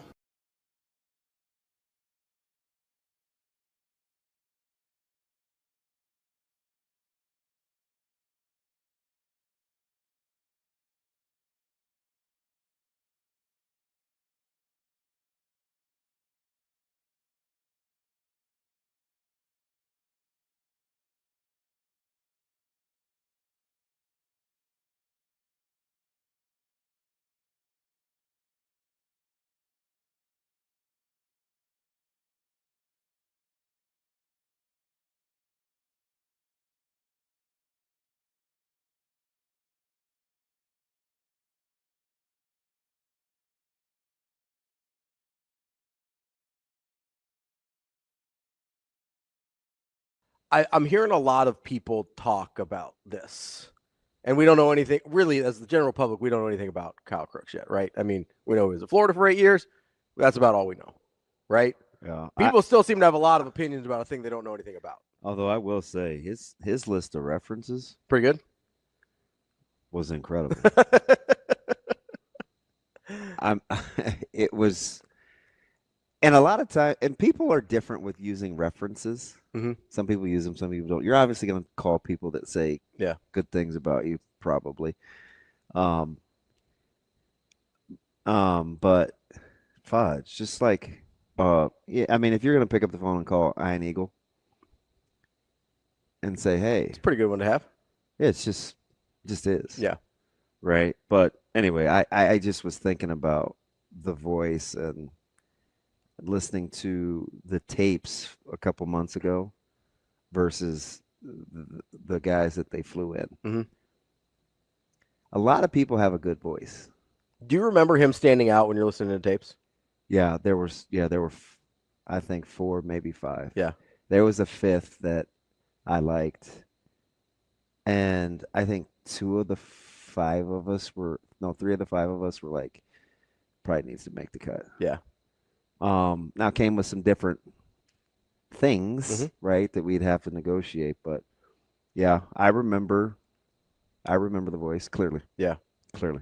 What man, we don't have to get too into the weeds here. Oh, you can talk about what you want. But like, what kind of stood out to you about Kyle as opposed to the other kid? Because you brought up. Are we talking about just his voice or in the interview? No, I mean like the whole process, right? Because like you said, a lot of people have a good voice, so it has to be a lot more than that. Like a lot of people can call a game reasonably well, although I do think it's harder than we give it credit for sometimes. But there had to have been more than that, right? I'm sure this is a pretty big job. I assume there were a lot of qualified candidates. Yeah. Like what kind of stood out about him to you? So if I'll keep it a buck. I think the number one thing was I felt like he would be a good teammate. Oh yeah. He was very, because you guys have a very collaborative environment. You feel that, right? With you and Jess and Ben, like that's yeah, right. I mean, I can tell the way you guys talk to each other. Like I've never been there. Like it's chemistry. It's chemistry, right? I don't sit in there and like. To be fair, I've never even been down to your booth. Yeah, I walk to the place where they have the food and then I turn right back around. I don't go all the way down the hallway. Yeah. But you can tell, like when we talk to Ben, when we talk to Jess, like when we would talk to Greg, obviously there was a lot of like camaraderie there, right? So that makes sense that's the first thing you would say. That was the number one thing that I saw the first time around. I'm like, I think he's a team player. And the magic, having been here my whole life, the magic is connectivity. Yeah. It's not we'll grow to like the voice, or we'll get used to the voice or the cadence or whatever. But it's the connectivity of is who's talking, are they connecting with who's listening? Oh, and you heard him say that in the clip that and Shane said. There's over the last handful of years, especially with the new technology, and apparently people were liking the broadcasts. And I think we benefited from, Jess and I got there about the same time.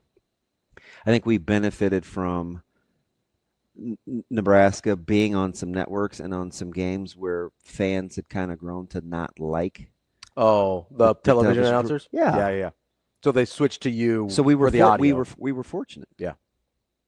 I think we caught a couple of breaks, and people liked it, and so then it just kind of became this thing. Messages. Oh, got to sync it and do it like this, and we'd see it every pregame show, and Greg's heart would just swell, and it was cool, right? It was like, all right, we get along, right? We eat together, walk together. Sometimes people have to drive me together, whatever, right? It's chemistry. Yeah. It's not necessarily all the individual talent by themselves is the greatest. Because you can assemble, but collaboratively, we see this on television.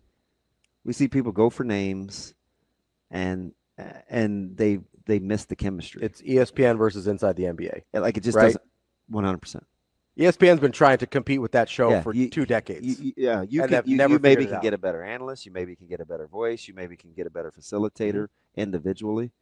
But the chemistry that those guys have is unmatched. You can't replicate it. I mean, it's just what it is. But anyway, so he was a team player.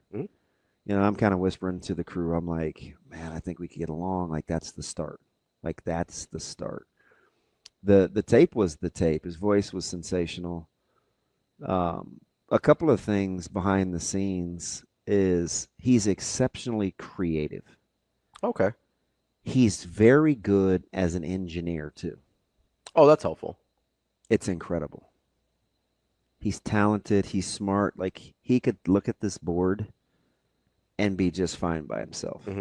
But he doesn't want to be by himself, because sometimes you get those guys and it's like they want to do it. They want to be like a Lone Ranger situation. Yeah. But I mean, he did these deals where he can mix his levels and fade audio in and out as he's talking. Kind of like live in real time. In real time. Yeah. It's pretty good. Yeah. Right? But then some of his ideas and what he's willing to do. Right? In what sense? Like in stuff he's willing to do? He's always wanted this job. Yeah. And so the cool thing is he's from about 15 minutes from where Coach Rule grew up. Really? He's a New York guy. So did he bring up why he wanted this job? Like, because a lot of people I feel like say that in interviews, like, "Oh, this is my dream job." He's looking iconic. It's an iconic program. Yep. And I think now we'll see. People say they like it. I think at his age, I think it was intriguing to him to be ingrained in the community where he could stick around for a while. Like, not going to mind going to O'Neill or Imperial. Yeah. Or because that's part of it too. Like people kind of don't understand. Like it's not just I call games on Saturdays. It very much is part of it. Like 12 times a year. He is the ambassador. And then the rest of the year, I just chill and play golf or do whatever. Like you guys are busy. He is the ambassador. I mean, you kind of I've talked to you and Jess and Ben, and like I kind of get a sense of like, oh, you guys are doing stuff all the time. Yeah, it's like that's part of the thing. And I think he has the temperament. I think he has the personality. He's extremely bright. Like it's kind of scary. He blew He blew Troy Dannon away, and I think Dannon's tough. Yeah. He seems like he could be a tough like a tough judge. I think he's tough. Tough to win over. And then the other thing was, and I have his permission. There's this thing about not being from here, mm-hmm. and I think it's nonsense. Because it's not just because of Kyle, but it's because of the guy that he's replacing, Sharpe. I mean, he wasn't from here either. Wasn't from here. Yeah. I mean, he's a K-State guy through and through. Mm-hmm. I mean, he bled purple, and he grew to love Nebraska. Mm-hmm. But we have a little bit of revisionist history. He was not well received for the first couple of years, and he came in at a really challenging time in Nebraska football. Very challenging, which is coincidentally the reason why he and I hit it off. Yeah, coming in the middle of the season. Yes. Yeah. And we just kind of what we bonded over. But anyway, and I know we got to talk NBA at 8, so I'm trying to just give the cliffs here. But I think it's important because people talk about a lot about what they don't know. Mm-hmm. And the thing about you have to be careful of in this media industry in Nebraska is it's pretty tight knit. Mm-hmm. I mean, people talk. You have your sex, and so, mm-hmm. I mean, short of hiring Kugler, it was going to be everybody's going to have an opinion. Mm-hmm. But I think we knew that going in. But I think it's important for people to know. And I said this during the interview, and I got an awkward pause, and Jess brought it up last night on Husker Sports Night. I said, guys, we have to remember, we're not trying to hire the next Greg Sharpe. Mm-hmm. We're trying to hire the next play-by-play voice of the Huskers. And we got to do ourselves we're doing ourselves a disservice and Sharpe a disservice if we don't look at it any other way. Mm-hmm. So I think it changed the dynamics, and it took a little bit of the emotion out, because I'm not going to kid you. The compare and contrast was tough. Sure. It was tough. Yeah. But it's unfair. It wasn't the right thing to do. Well, it's not realistic either.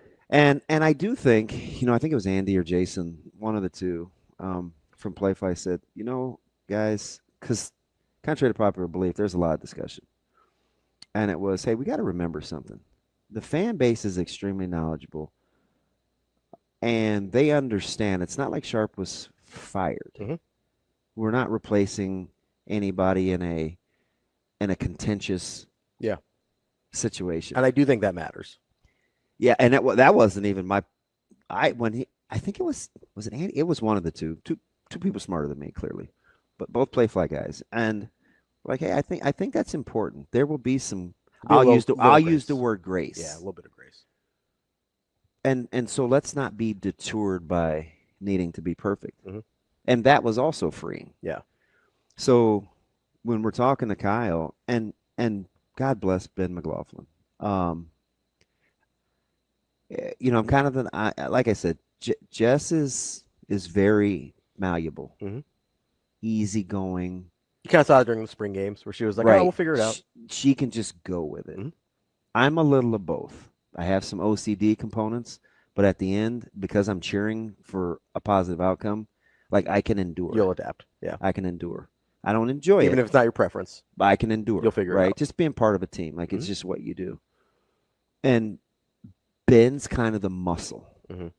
So I think as he's kind of watching this deal, he's like, listen, man, I only have X amount of time. I'm going to get my questions in. Mm-hmm. And I was terrified. No, I was. He'll tell you. He will tell you. Yeah. One of the first things he said is, how do you handle criticism? It's a big job. People are going to say things to you. They're going to say things about you. Can you read about yourself on social media? And I hadn't even finished my salad. I'm like, oh my gosh. Like, we're coming in hot. We're just talking about why this guy loves Edgerrin James, and now yeah. Kyle's response to that and his poise was incredible. Mm-hmm. And he talked about connecting with guys out in tractors or doing harvests or needing to run their kids to a sporting event because he understands the sports landscape in the state of Nebraska. His homework that he did was he was talking about our segments during broadcast, and he was calling them by the correct name. He'd say, hey, when you guys do the fifth quarter and you throw it to Coatney when he does the scoreboard updates, some things that I've seen work are, or, hey, maybe when we get down to the field to do X, Y, and Z, we can do this. Then we can fill, we can do a player. His command of what we do was incredible. He knew more about our broadcasts and Husker Sports Nightly than I do, which maybe isn't saying much.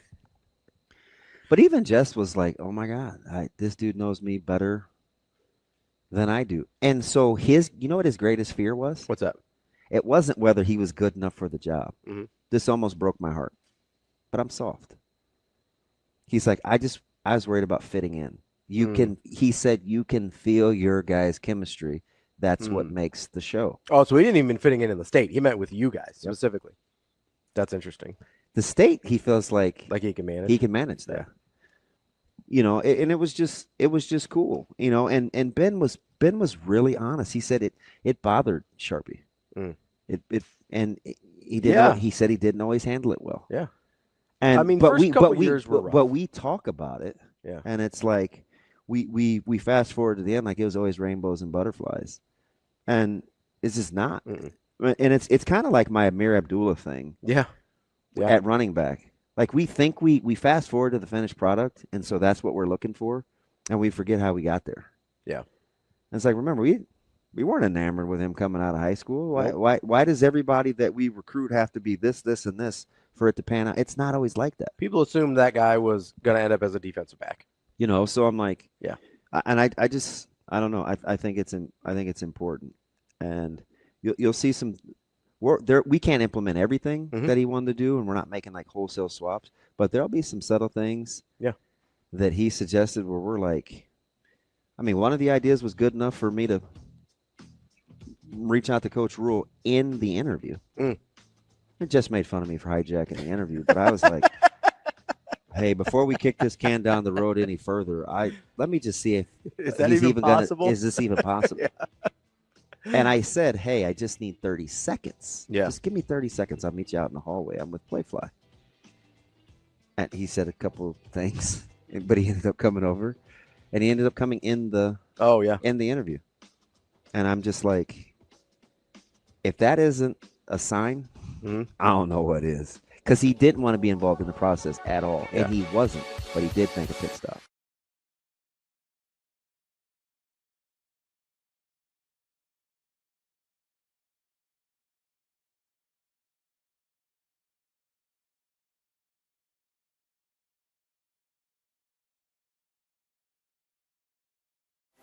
Imagine your first dream home and the feeling of walking inside for the first time.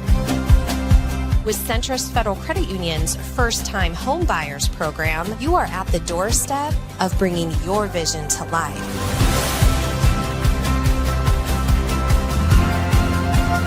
Welcome home. From your neighborhood mortgage experts, Centrist Federal Credit Union. We are where you are.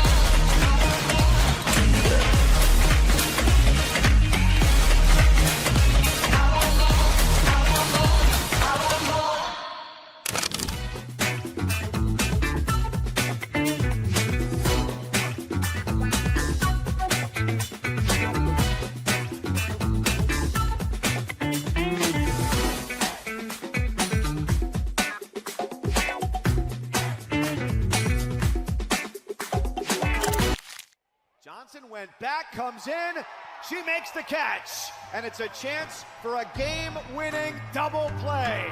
That's how it ends. The Arkansas Razorbacks are headed back to Super Regionals.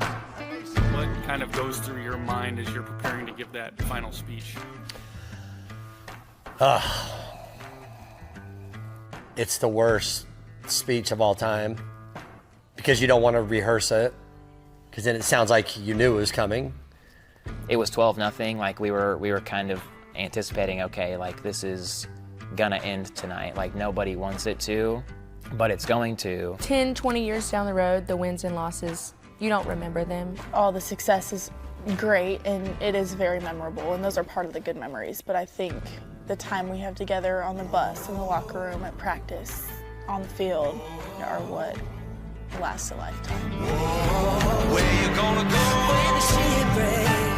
You just go out there and you look those kids in their eyes and try to articulate to them how much they mean to you and this program. And then when you finish and you stand there and watch everybody, and it's hard.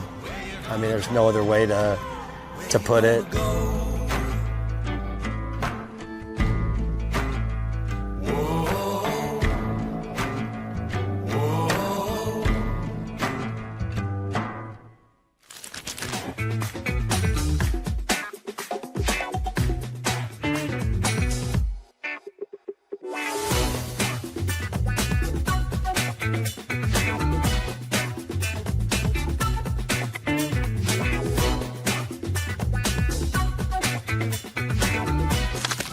Exciting on the field stuff. What's been your favorite moment on the field, or something, a certain act that you guys have done? What would you say? Obviously, my most exciting is my 4-1-1, my dance. When I do my dance during the game, that's the most exciting part for me. But we've had some amazing people come out and play for the Bananas.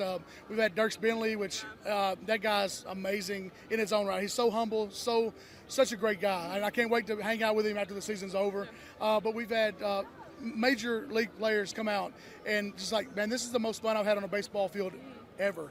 And these are guys that won World Series. Like they feel the energy, they bring their family gets to see them do something again. So it's really special.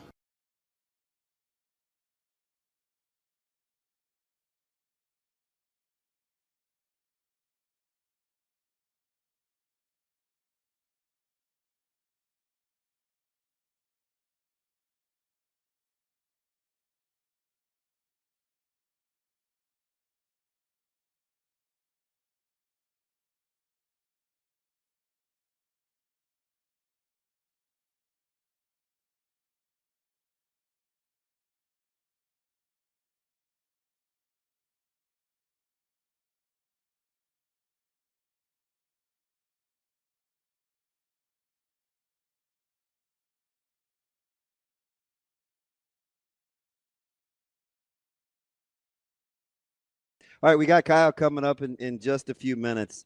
You've probably seen this thing start to finish. Oh, yeah, more than anybody. From the initials to the filtering to the finals. How excited are you that we've got Casey in the fold now? Yeah, I'm really excited, and it was a long process. It was, and it was hard. I mean, I talked about that the last time I was on. It was hard, but I think Kyle was. I'm pretty sure it's safe to say after his first interview, the few of us on the committee were like, "That's our guy." You know, he was so impressive from the start, and the research that he had done. And people want to talk about, oh, he doesn't understand Nebraska. He will. I think he already does, but he will work night and day to make sure that he knows what he needs to know to be successful in this role. He's going to, work his tail off to be prepared, but not just for what he's going to bring on the air, but what he represents when he's in the community. Being able to have those conversations with folks, whether it's somebody calling into the show or he's running into somebody in the Haymarket, So I think that he was he understood in a way that I don't think most outsiders do what the situation was, and not just the state of Nebraska and this program and the sports and what it means, but also the situation at hand with what he's stepping into and the shoes that he's filling and the legacy that is Greg Sharpe. I mean, that was from the beginning, the way he made note of and the way he spoke of and the understanding of Greg and what Greg meant to all of us, but to this radio network, to the people that listen. And so he understood that from the start in ways that not everybody did, but then, also didn't shy away from that either, and I think that it was just a balance of, okay, this guy gets it, but then also has listened to so many hours of what we do. And he knows that we have one of the best broadcasts in all of college football, all of college sports, just with what we do night in and night out with covering all of our different teams. And so he was excited to be able to be a part of that and elevate it in the ways that he can, but not come in and, hey, this is my show. And so I know, DB, you've talked about this, but we knew that he'd be a team guy and fit into what we already have in place, which is a lot. But then be able to challenge us and bring ideas and tweak things. And he's all about doing the social media thing and maybe potentially doing some cameras in the booth. I know you're excited about, but there, just some things that he wants I to was bring trying too. to get away from the whole GoPro idea and all that other stuff. Being on camera is DB's favorite, Jess.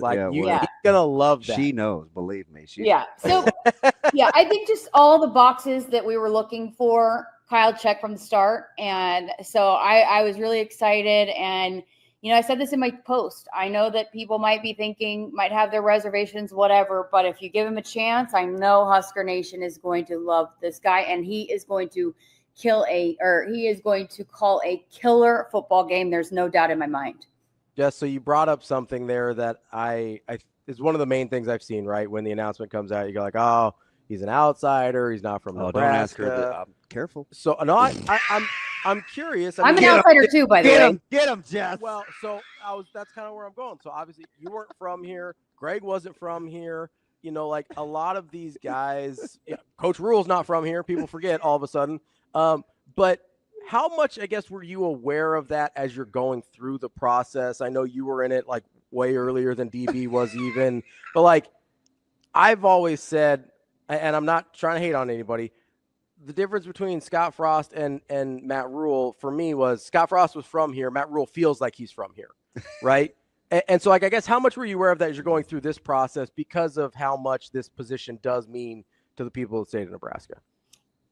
1,000%. We had to think about somebody that could fit in here and not just call a good football game. We had applicants. I mean, we've heard it over and over again, hundreds of people that sounded incredible on the air, but it was more than that. It is a total package type of deal that you do. And I never want to leave here, and I'm not from here, And so I think that's where if people will give people a chance, that even though it's a pretty great place, if you didn't know, and so even though you're an outsider, you can fall in love with being here and what is at place here. And, the opportunities that to be embedded at this athletics department, there's nothing like it.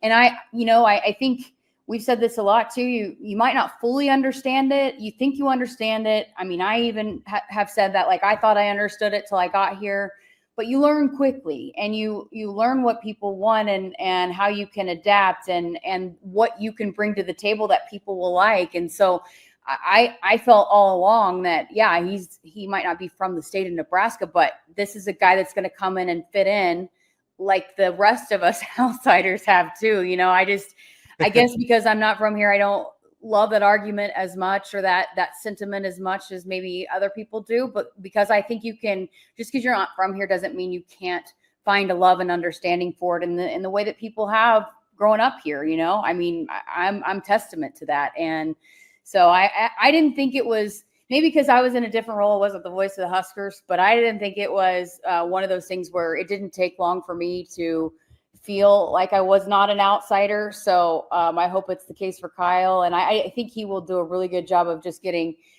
going all in and getting acclimated and fit. He will fit in and he will fall in love with this place just like the rest of us have, and we'll find a home here. I mean, he said it multiple times. This is what he hopes to be his last job of his career, what he's worked for his entire career to get to and stay at for the rest of it. And so there's no doubt in my mind, but yes, that was a very important part of it is, it wasn't just what you can call how you sound on the radio. You got to be able to be a fit with our radio team, with what the state of Nebraska needs, how you represent when you're off the air. There are a lot of things to it. I mean, obviously it's a big job, and I think we got a guy that checked every single box. I was like Jerry Maguire coming home to people talking. Like, he had me at – I used to draw plays up for the Colts during the Steelers game on what they should run on scratch paper. And I was like, wait, you did what? Oh, okay. You're in. You like football plays. Had me at hello, Kyle. Had me at hello. I'll get you out on this, JC. How cool is it that he gets to help us break in the new digs, which is, I mean, I am blown away. I hated wearing a hard hat and all that other good stuff, but man, that thing is going to be a monster. How cool is that we get to move together? Yeah, DB's giving me a hard time about what I look like in a hard hat. I'm like, have you looked at yourself in the mirror? Nobody looks good in a hard hat. But yeah, it's going to be sweet. And I know they're going to have more information coming out. But the studio's awesome. There's going to be a podcast studio, but state of the art once again. And we're going to be all moving together, the content teams. And so I think another really big recruiting tool when you already talk about the facilities that nobody else can match. Then this day and age, when you're growing a brand and the things that student athletes want to be a part of and utilize on social media, doing podcasts, whatever it might be, we're going to be able to also provide that for them. And so there's a lot of cool things, but it's going to be a sweet setup. And I think July 7th, we'll be back on the air live and we'll be in the new set. And that's also Kyle's first day. So a lot of fun things ahead here in the next couple of weeks for the Huskers Radio Network. That's Jessica Coody, Husker Radio Network. You ambassador, you. Appreciate your time so much. Thanks for joining us as always, and congrats on the NBA title.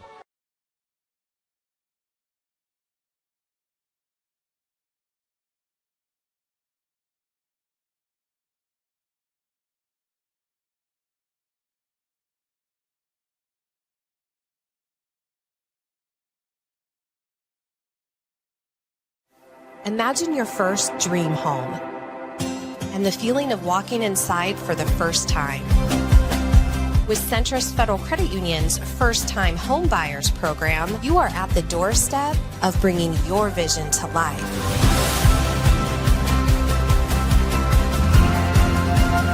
Welcome home. From your neighborhood mortgage experts, Centrist Federal Credit Union. We are where you are.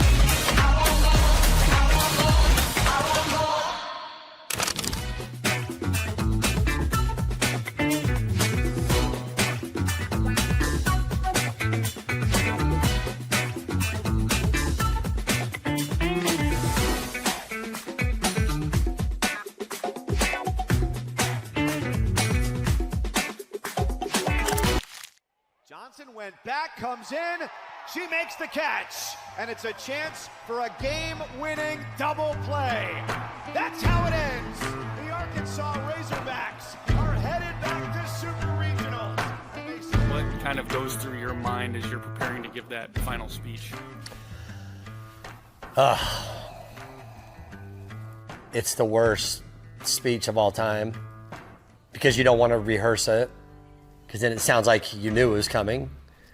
It was 12-0. Like we were kind of anticipating, okay, like this is gonna end tonight. Like nobody wants it to, but it's going to. 10, 20 years down the road, the wins and losses, you don't remember them. All the success is great and it is very memorable, and those are part of the good memories. But I think the time we have together on the bus, in the locker room, at practice, on the field, are what lasts a lifetime.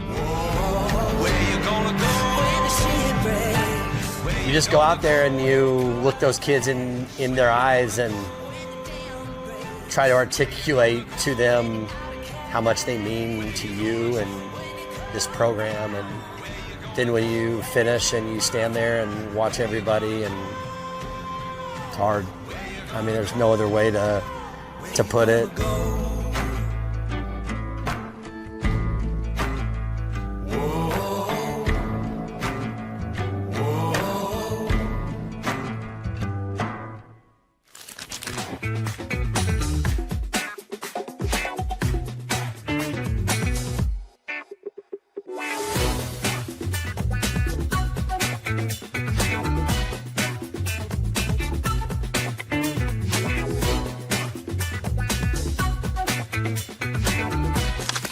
Exciting on the field stuff. What's been your favorite moment on the field, or something, a certain act that you guys have done? What would you say? Obviously, my most exciting is my 4-1-1, my dance. When I do my dance during the game, that's the most exciting part for me. But we've had some amazing people come out and play for the Bananas.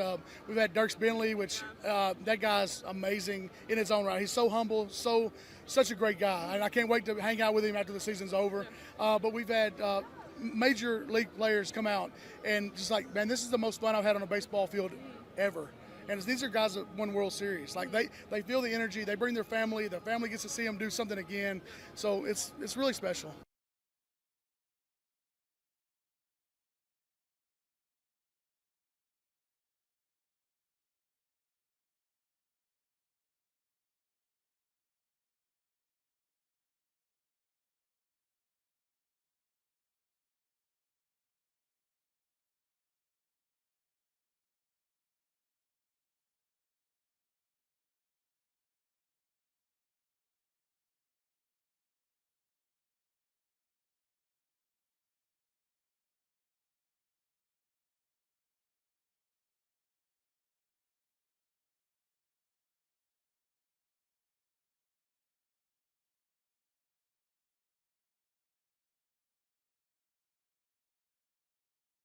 We are joined now by your brand new play-by-play voice for Nebraska football, Kyle Crooks. Kyle, how are you this morning?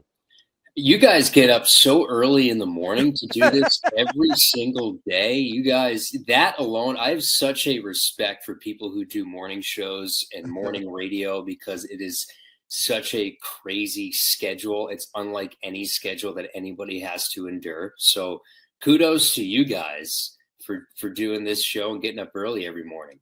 Casey, as much homework as you apparently did and as well prepared as you were, I don't know when you sleep either, unless you're just playing it off, because that Rolodex was about as impressive as it gets, man. Are you ready to tell me how the sausage was made, man? How'd you learn so much so fast? Yeah, so it's one of those things, like, I haven't had a social life probably. I'm working on being getting that social life and going out to places. For me, it was a lot of nights of staying in and listening to games on the radio. And I've told this story. I grew up listening to the New York Yankees on radio, watching the New Jersey Nets, and that's where I got my sort of watching Iron Eagle every single night, Iron Eagle and Bill Raftery, and then on Yankee games, listening to John Sterling. There's so many great announcers here in the New York area, but from a young age, I sort of knew that this is what I wanted to do. At first, guys, I wanted to be like you guys, sports talk radio hosts. I would listen to sports talk radio, guys, 5.5 hours a day. Mike and the Mad Dog was on me after, and I was this kid in the summer that instead of going out and like playing, right, I would sit. They were simulcast on television, and I would sit and watch all 5.5 hours, and I would have earbuds in my ears for games, but also as I'm like in bed at 2 a.m. listening to overnight talk. And I'm like, is this normal for a 15-year-old to listen to like John in the Bronx call in at 3 a.m. and tell me why like they made the wrong managerial decision in the Yankee game? When were you working on your golf game if you're like arms deep in sports talk radio? When were you swinging the sticks? So the problem was I was a driving range king. I wasn't as good when I got out onto the course. Yeah. So I was really good in the driving range. Like I was like that show car that's out in the room. And then like, once I got out on the course and there's sand traps and like, there's like, you have to hit out a rough and things like that. That's when things started to go south. So I had, growing up, I had this Twister. I was called Twister, this driver that was like this big. And that's how I started playing golf. And I would rocket that thing straight as a young kid, like 200 yards. And then once I got a little bit bigger and the clubs got a little bit bigger, that ball started to go this way, started to go that way, and started to find sand and water. And I was on my high school golf team. And then my senior year, guys, I just like, man, this is pretty hard. And then mentally it gets to you. And once golf's in your head and it's got real estate in your brain, it's over. And I haven't played in a long, long time. So Kyle obviously grew up on the East Coast, but not far from Coach Rule, actually. DB gave me a little tidbit here. He said that Nebraska was your dream job. So you hear that a lot when people get new jobs. And listen, I'm a little bit of a skeptic by nature. So explain to me, you come from East Coast, you're at Florida for the last 8 years. Like, when did Nebraska get on your radar, and how did that sort of become this job that you aspired to?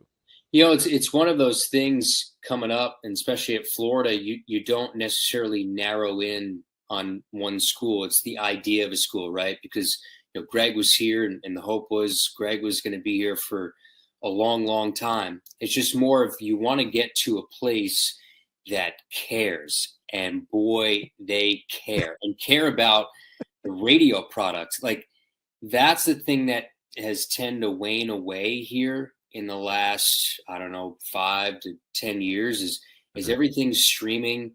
Everything is on linear television, right? The radio over time has not been in the forefront of fans' minds here over the last 10 years, but it is here. And that's the thing that like draws me to a place like Nebraska. Every single sport matters. Yeah. People show up. People listen. I can tell from the interaction I've had, and avalanche is, I think, a good word to use of what has happened to my social media since the announcement on Monday. Of all the things I warned you about, I forgot that. That is...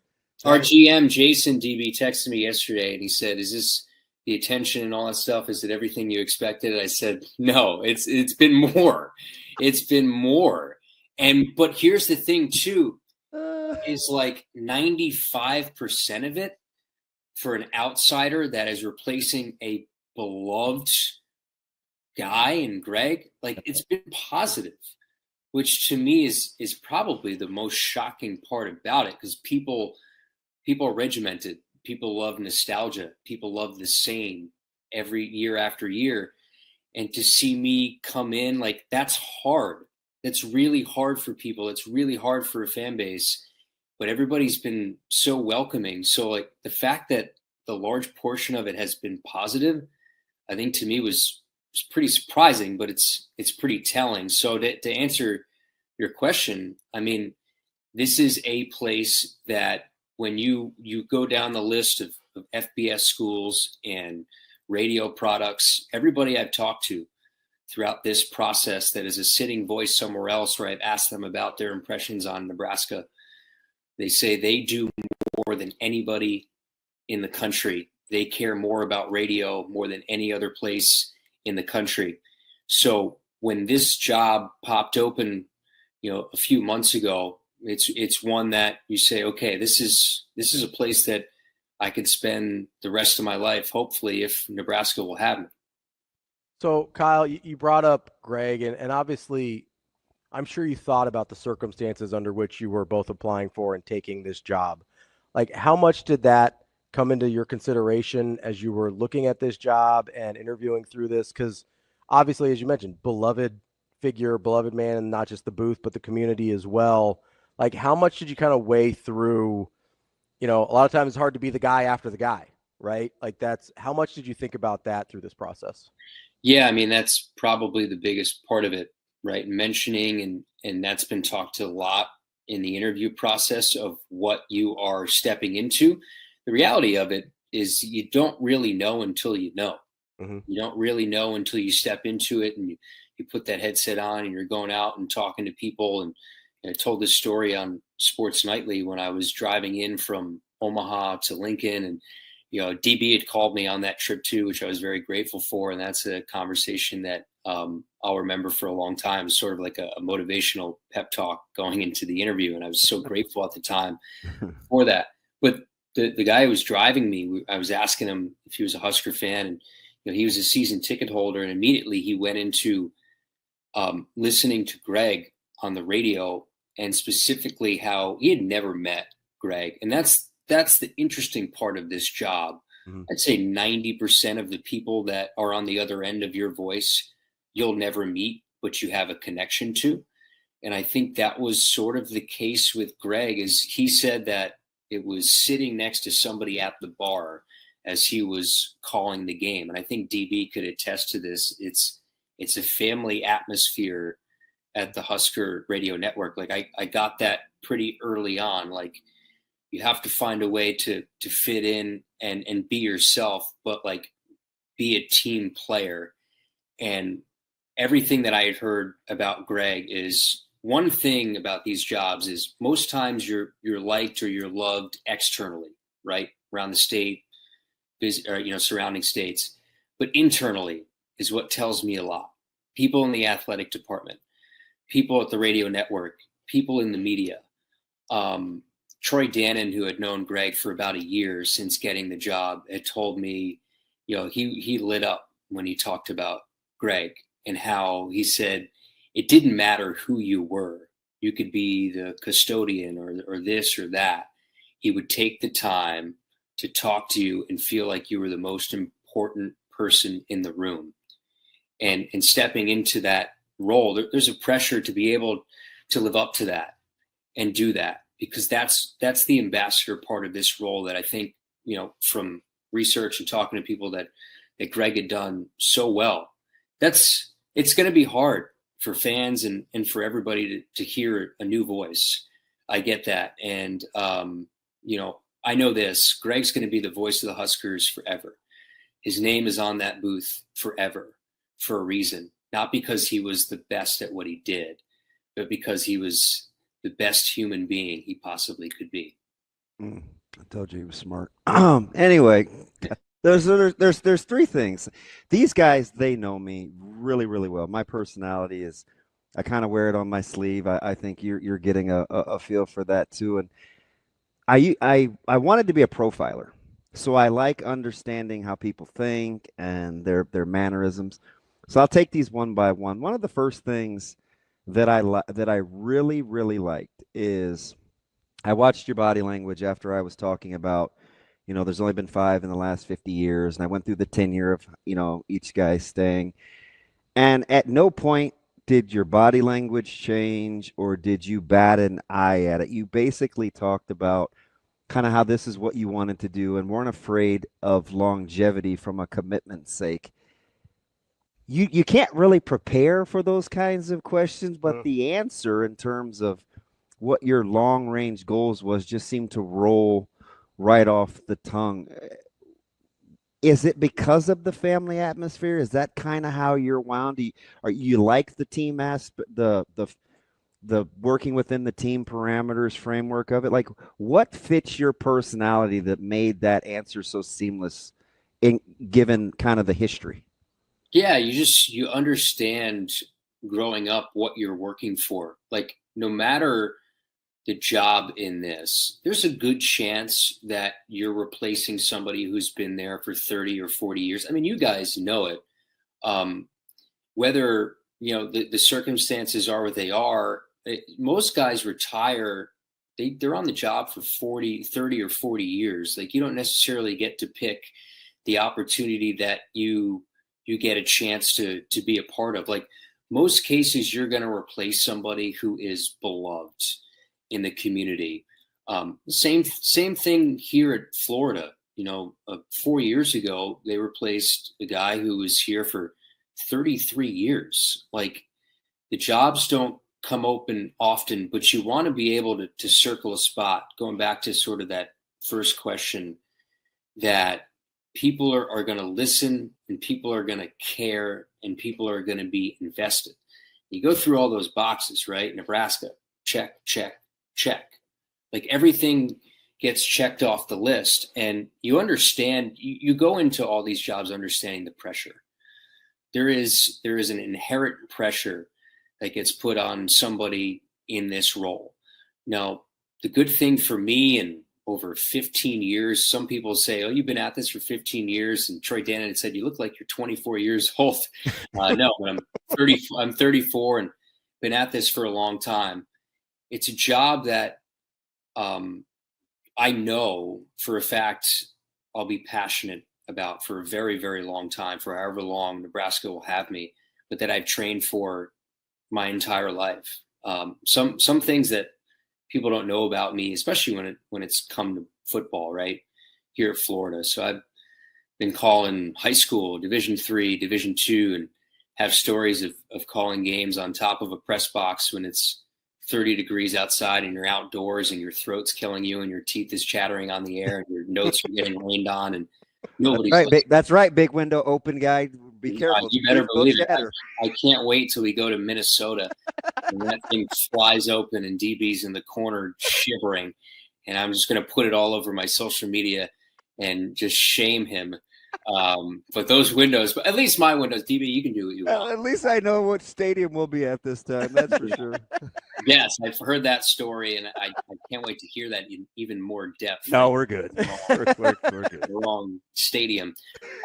But I've been at this for a bit now, and I got to trust my training because, boy, I've put in a lot of work into this, and I've gone into that in depth in the interview process. But I've spent, outside of doing the national radio work that I've done and other levels, I've spent just about every home game here at Florida the last 8 years in a booth with an analyst, and we have an open air booth at Florida. So I have to scrape bird crap off the tables going on a Friday with sanitizing wipes and quite literally wipe down the booth so I could call the games with an analyst and set up my equipment. And I've been training and at this for a long time, waiting for an opportunity like this. And man, I can't be any more excited about it.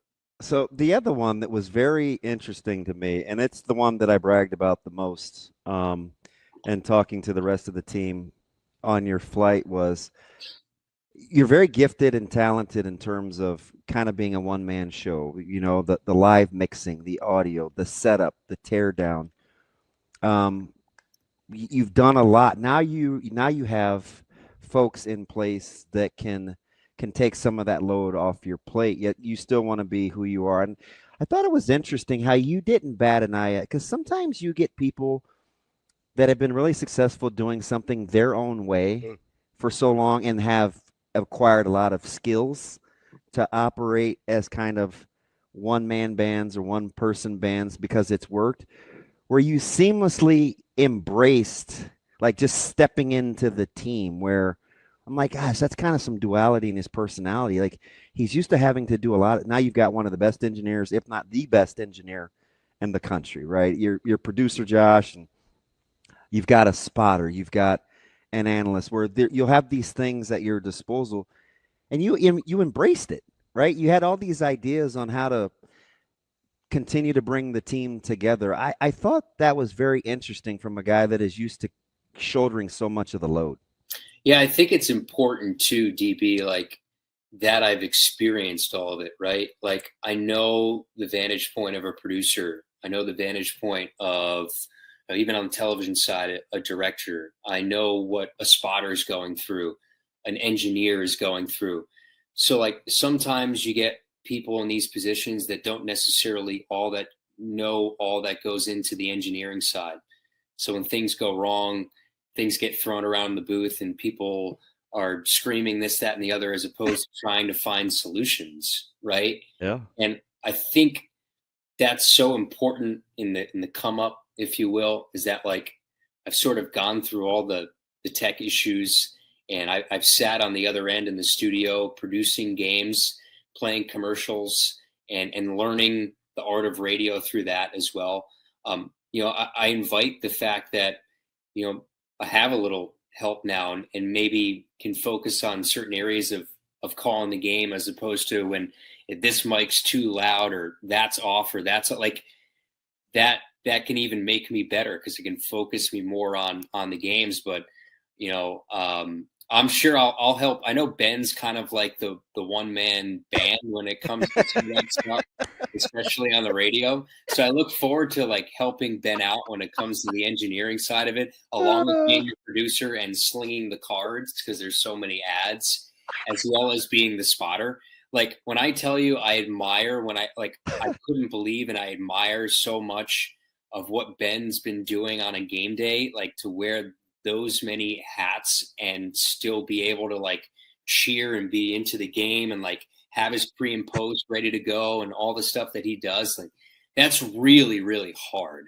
Yeah. And so that's pretty cool to hear. I have a ton of respect for him, even as a captain and a good player. I was never a great player or our best player. So I always like teams, right? I like to be told what to do and what's the greater goal and this, that, and the other. And so I let him tell me what to do quite a bit, but I'm telling you, you will appreciate Josh Hilkeman more than his level of his ability to stay calm under duress with a lot going on. And, I joked during the interview how well he can count backwards, and he never seems stressed. It's always going to be okay, man. Just the unique skill sets that the team kind of brings to the table, I think will really allow you to flourish. And it obviously starts with guys like Josh that are back where it actually matters at the hub as kind of the maestro, man. He's better than Beethoven, man. He knows how to bring that orchestra together. Plays the right keys and all that. And I've had a chance to see the setup back there and just how isn't that incredible? It's crazy. And we'll have new digs coming up. I think they're going to officially open it on June 30th, and I'll be in there on July 7th. So I'm sure they're going to have some new things that they're going to have to work through for the new season. But yeah, there's so much behind the scenes. And again, it's such an awesome team. Okay, Kyle. So I got to get to the really important stuff now. Number one, you mentioned Ben McLaughlin. I'm a huge fan. We talk to him every once in a while here. He does Husker baseball and stuff. Plus we just chat with him. I heard that he was a little bit of a tough customer during the interview process.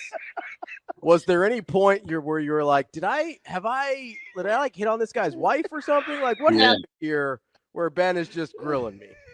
Yeah. So I've been warned that Ben is kind of a tough customer in certain regards. Like he wants to know certain things and whatever, but it was fine. Like it was all the questions, I guess, throughout the interview process. So, I've been so we've had DB 5 rounds of interviews for this thing. So it's like, I just sort of like, okay, we're doing that. All right. Like, so let's lock in and let's do that. But like, he sent me a really nice text on Monday. I think this process probably has been as hard on him as anybody. Mm-hmm. He was best friends with Greg. Like this sucks for Ben, right? Like this is a really, really tough thing for him to have to go through. But he sent me a couple paragraphs of like, you're on the team now and I have your back. And DB has said the same thing. Jess has said the same thing. And that, to me, that means the world. Like, I know this is worst case scenario for everybody. Like, Greg was the guy. He was the leader. And this is so hard for so many people. And I understand that. But like him sending me that text and understanding that's where he was coming from in the interview process. Like, okay, great. But like, this is what's coming at. Like he was almost in a way looking after me. Like, you sure you want this, right? That's him. That's totally him. Yeah. This is what's coming for you. Like, we're going to have your back, but A, B, and C is coming for you. So just be ready. So it was almost like he was looking after me in a way when he was locking in, but it was funny. Yeah. It was like me and DB were talking about Colts football. in the late 90s and early 2000s, and then Ben comes from the top rope with like, you know, there's a lot of people that are gonna hate your guts, right? yeah. That's about what he said. I love that dude. I love that dude. All right. Hey, how do you deal with criticism? It was hard on Greg, and I was like, geez, man, he's gonna leave. Coming out the gates hot. Yeah. Okay, another one. So I know you talked about kind of on your way up and all the different things you've called or whatever. Every broadcaster I know has done some really strange jobs just to be on the air. Can you remember like the strangest thing you've called on your way up to this point in your career? I'll give you an example. Mine was during COVID, I did a charity live stream broadcast of something I'm sure you don't know about. It's called Cow Pie Bingo. Basically, how do you even what's the prep look like for that? Do you practice a bingo? You learn a lot about the cows. So Cow Pie Bingo is this is a very Nebraska Midwestern thing. Okay. You let the cows out of the pen after they've eaten, and then you quadrant off their little pen area, and wherever they take a dump, you win if you bet on the square that they took the dump on. So you were doing play-by-play on dumps of cows pooping. And there goes pen, Bessie basically. to the northeast quadrant. And I'm like, making a ooh. move. I'm like, oh, to the 10. I've got dogs, so that's really my only reference. I was like, okay, so we got one circling over there. That might be something. Let's keep an eye. Top right corner here. So that's my context for asking this question. What's the strangest thing you've ever called, Kyle?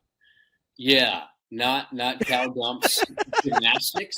Yeah, that was a great story because you learn that on the fly. Gymnastics would be tough because it's not really. Oh, go ahead, you explain it. Yeah, it's not traditional play-by-play, guys. It's like you're a traffic cop. So what I've done is I've done quad meets, right? So, and I think I did one when Nebraska came to Gainesville a couple of years ago.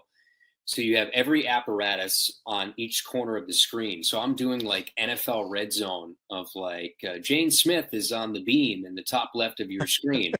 And we have no graphics, no updated scores. And I'm trying to go through my notes and see all right, Jane Smith. All right, we got Margaret in the bottom right, and she's on vault. She had a career high in vault last time out. And so there's so much stuff that I'm looking at. That's probably the craziest thing maybe I've done. Nothing like Cow Pie Bingo. No dumps that were taken during any of my broadcasts, not that I know of. So you weren't on the call for that Paul Pierce playoff game? No. I wish I could have been. Yeah, done some play-by-play on that. That's, I guess, not too crazy. I don't. No, that would be hard though. That'd be really challenging, especially if you're not in the gymnastics world, having a good grasp on everything and then having to do a quad box, that'd be really challenging. And Florida has a really passionate fan base. I remember, so to your point, DB, of doing the audio stuff, we have what's called a pass-through broadcast for Florida, Oklahoma. Oklahoma is it when it comes to gymnastics. And they had me do the audio too, but they gave me a setup and the audio was incredibly distorted. So I go on my Twitter and this broadcast is terrible. This guy has no idea what he's talking about. And the audio is terrible. And so I was doing the engineering while calling a brand new sport that everybody's watching. And this place is sold out. And it's just wow, got to figure some things out here. My man with some thick skin. This you don't have to give it away. I'm curious to see if it naturally evolves. Have you thought about a signature or a stamp, or you just going to kind of play it by ear and see what becomes natural and repetitive to you? You mean just in sort of a touchdown call, or just sign off? Or? Yes. Or coming into the games, you know, how much have you thought about that part? I haven't thought too much about it. I think the biggest part is just learning the team before I get to any of that. I'll take suggestions though. I'm scared to say that I'll take suggestions. I don't know careful. Be careful what you wish for. You're going to have even a crazier Twitter timeline now. I don't know if I'm going to take all suggestions, but the good one, I'm going to have a filtering process of it. But I'm sure DB, I'll get your thoughts on that too. What maybe? Oh, I don't want to be. Don't put me on the spot. I make stuff up. So don't go with what I do. Confer with Jess. Everybody likes her, and she's safe. So just as long as she's your teammate, you'll be fine. Don't hang your hat on me, man. You saw I ruined your interview with Coach Rule coming in, so I had to apologize for that. That was on me. That was fun. That was fun, man. It was good to meet him and see his personality. You can just see his mind works in a different way. Wasn't that pretty cool? He's like on to the next thing. Like, I understand football coaches are a different breed, but Coach Rule is a different breed. And that's why, like, I feel like I'm coming in at a really, really good time, right? Everything's trending upward. And, Troy had said it too in our chat. Like, he thinks Coach Rule is the best coach in college football. And man, you could see it. Did you get a good snapshot? Because you had to talk to our athletic director one-on-one, and he's tough because he's really bright. He's a higher level thinker. Impromptu. That was supposed to be a 30-second meeting between Coach and I outside. He said he didn't want to ruin the interview. He wanted to do the right thing and come in and meet you. And you saw how he thought, right? As you guys were just brainstorming on the fly. You get a sense of kind of how those guys navigate and look at college football today. And can you come away not impressed with how global of thinkers they are? Oh, it's amazing. And the amount of balls in the air now when it comes to NIL and just talking about like contracts behind the scenes and how NIL deals work. And you can just imagine what Troy goes through on a daily basis when it comes now to the house settlement. I mean, the fact that he had the time he did to even sit down and talk to me, considering all the things that he has going on. But man, it's as hard as it's ever been now to be, and you see people getting out of it, right? Like getting out of it and becoming coordinators in the NFL. And meanwhile, Coach Rule's looking for the next big idea. That was pretty cool. It's just next level, man. These are next level thinkers, and it's elite leadership in Nebraska. Kyle, last thing from me here. Is there anything you've thought about that you're looking forward to the most as you get into that? I know the first game's in Kansas City, but that first home game at Memorial Stadium, like, have you started to think about something that you're really looking forward to the most? Yeah, walking up to Memorial Stadium and seeing the tailgate scene. I've seen a little bit of it here in the SEC, and I've heard people talk about what that's like on a game day. But again, one of those things you don't know until you know.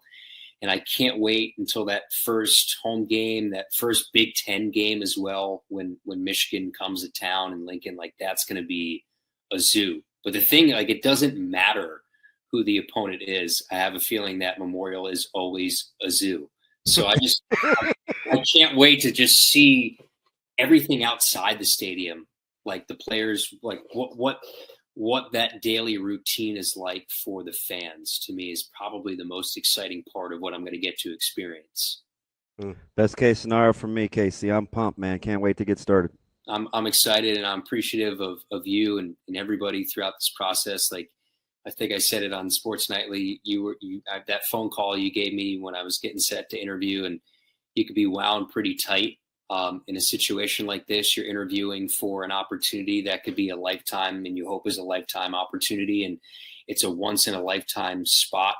And you called me and were encouraging, and Jess has been the same way. And I mentioned the text from Ben and just everybody around the broadcast team. You guys are awesome, and I can't wait for August 28th and get this thing kicked off in Arrowhead Stadium and start 1-0. I was super honest with you too. I didn't know if it was the right thing to do. I just felt like I you know what I mean? It's just like you just kind of get this feel, and hopefully you're okay with that, because I'm a big off script guy sometimes, and but you may have to say, hey, listen. But I promise you I'll receive it well. Yeah, you're the best. I appreciate you guys, and anytime you need me and I can come on here and you want to chat, love to. We're going to follow protocol, even though I feel like I have a chance to have known you better than anybody, so I'll have a leg up. But I will go through the great Keith, man. I do not want him upset with me. No. And listen, he's the best gatekeeper. So utilize the guy that I call the captain. Utilize Keith, man. Yes, well, you got first dibs after the affiliates, so I did an affiliate thing this morning, but you guys are the top of the list. So I appreciate you guys, and thanks for everything. Good man, Casey. Appreciate it. Kyle, Welcome aboard. Appreciate it, buddy. Good luck. Thank you.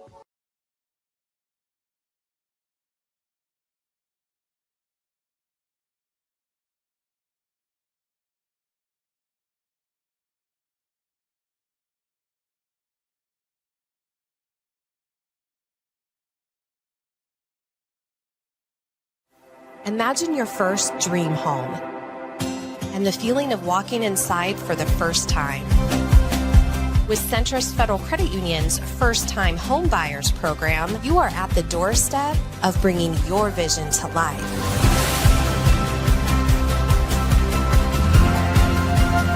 Welcome home. From your neighborhood mortgage experts, Centrist Federal Credit Union. We are where you are.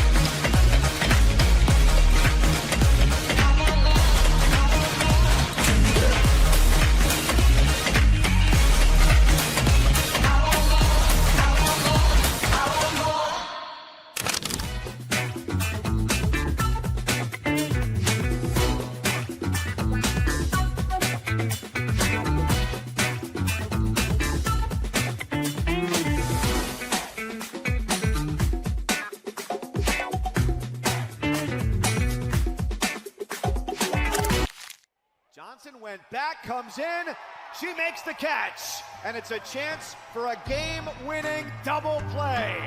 That's how it ends. The Arkansas Razorbacks are headed back to Super Regionals. What kind of goes through your mind as you're preparing to give that final speech? It's the worst speech of all time because you don't want to rehearse it because then it sounds like you knew it was coming. It was 12-0. Like we were kind of anticipating, okay, like this is gonna end tonight. Like nobody wants it to, but it's going to. 10, 20 years down the road, the wins and losses, you don't remember them. All the success is great and it is very memorable, and those are part of the good memories. But I think the time we have together on the bus, in the locker room, at practice, on the field, are what lasts a lifetime. Where you gonna go when the shit breaks? You just go out there and you look those kids in their eyes and try to articulate to them how much they mean to you and this program. And then when you finish and you stand there and watch everybody, and it's hard. I mean, there's no other way to put it.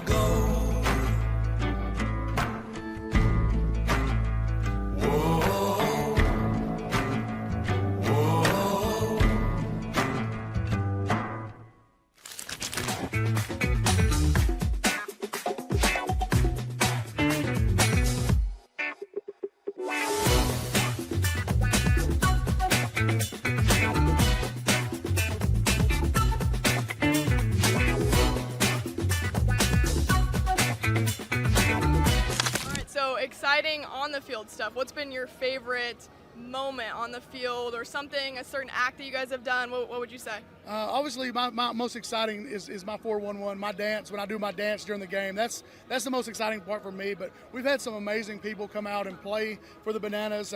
We've had Dirks Bentley, which that guy's amazing in his own right. He's so humble, such a great guy, and I can't wait to hang out with him after the season's over. But we've had major league players come out and just like, man, this is the most fun I've had on a baseball field ever. And these are guys that won World Series. Like they feel the energy, they bring their family gets to see them do something again. So it's really special.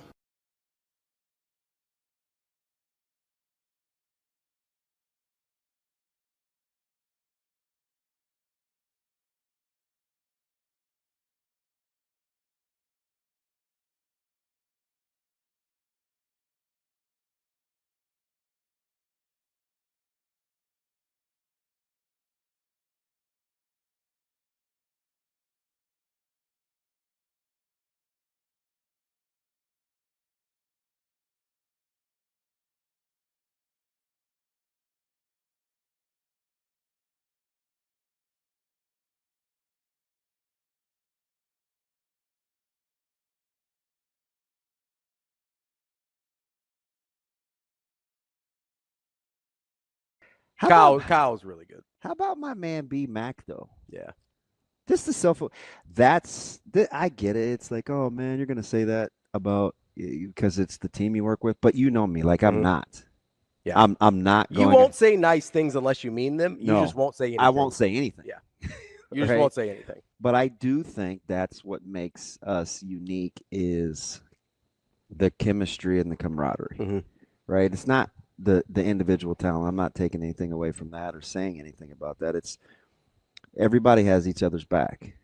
And it's Josh looks out for us and I try to look out for Ben and Ben for me and me for Jess and just what's best. And I'm telling you, I got away from the call and the voice, and I'm like, yep, that guy is going to be a great team player. That's all I cared about because it's so chaotic. Yeah.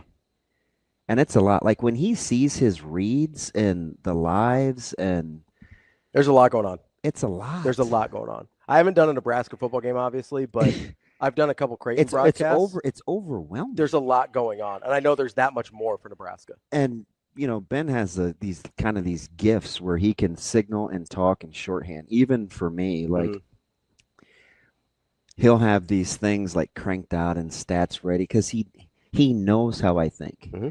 He'll talk to me in such it may look like chicken scratch or hieroglyphics, but you understand it. But I understand it. Yeah.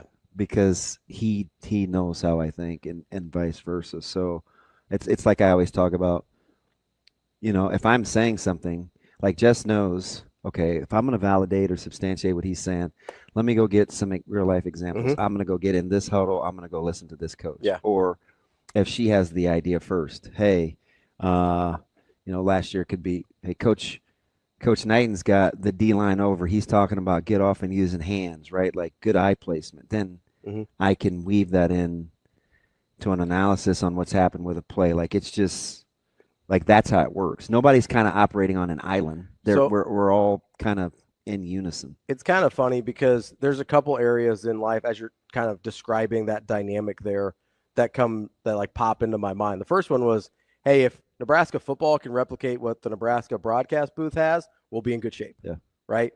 Everybody's concerned about getting each other's back and making sure that everybody operates in the optimal way as a team. But I was also thinking about just I think the dynamics of being more concerned about the outcome as a whole, as opposed to just being concerned about your place in the outcome and your piece of the outcome, because it's really easy to go and be, if you're like a sideline reporter like Jess, for instance, it's really easy to go, hey, I'm just going to get the most interesting thing I can get. And what did I tell you I was blown away by? Her ability to like listen to you guys and go and get actually something listen, because that's what I like to do. Yeah.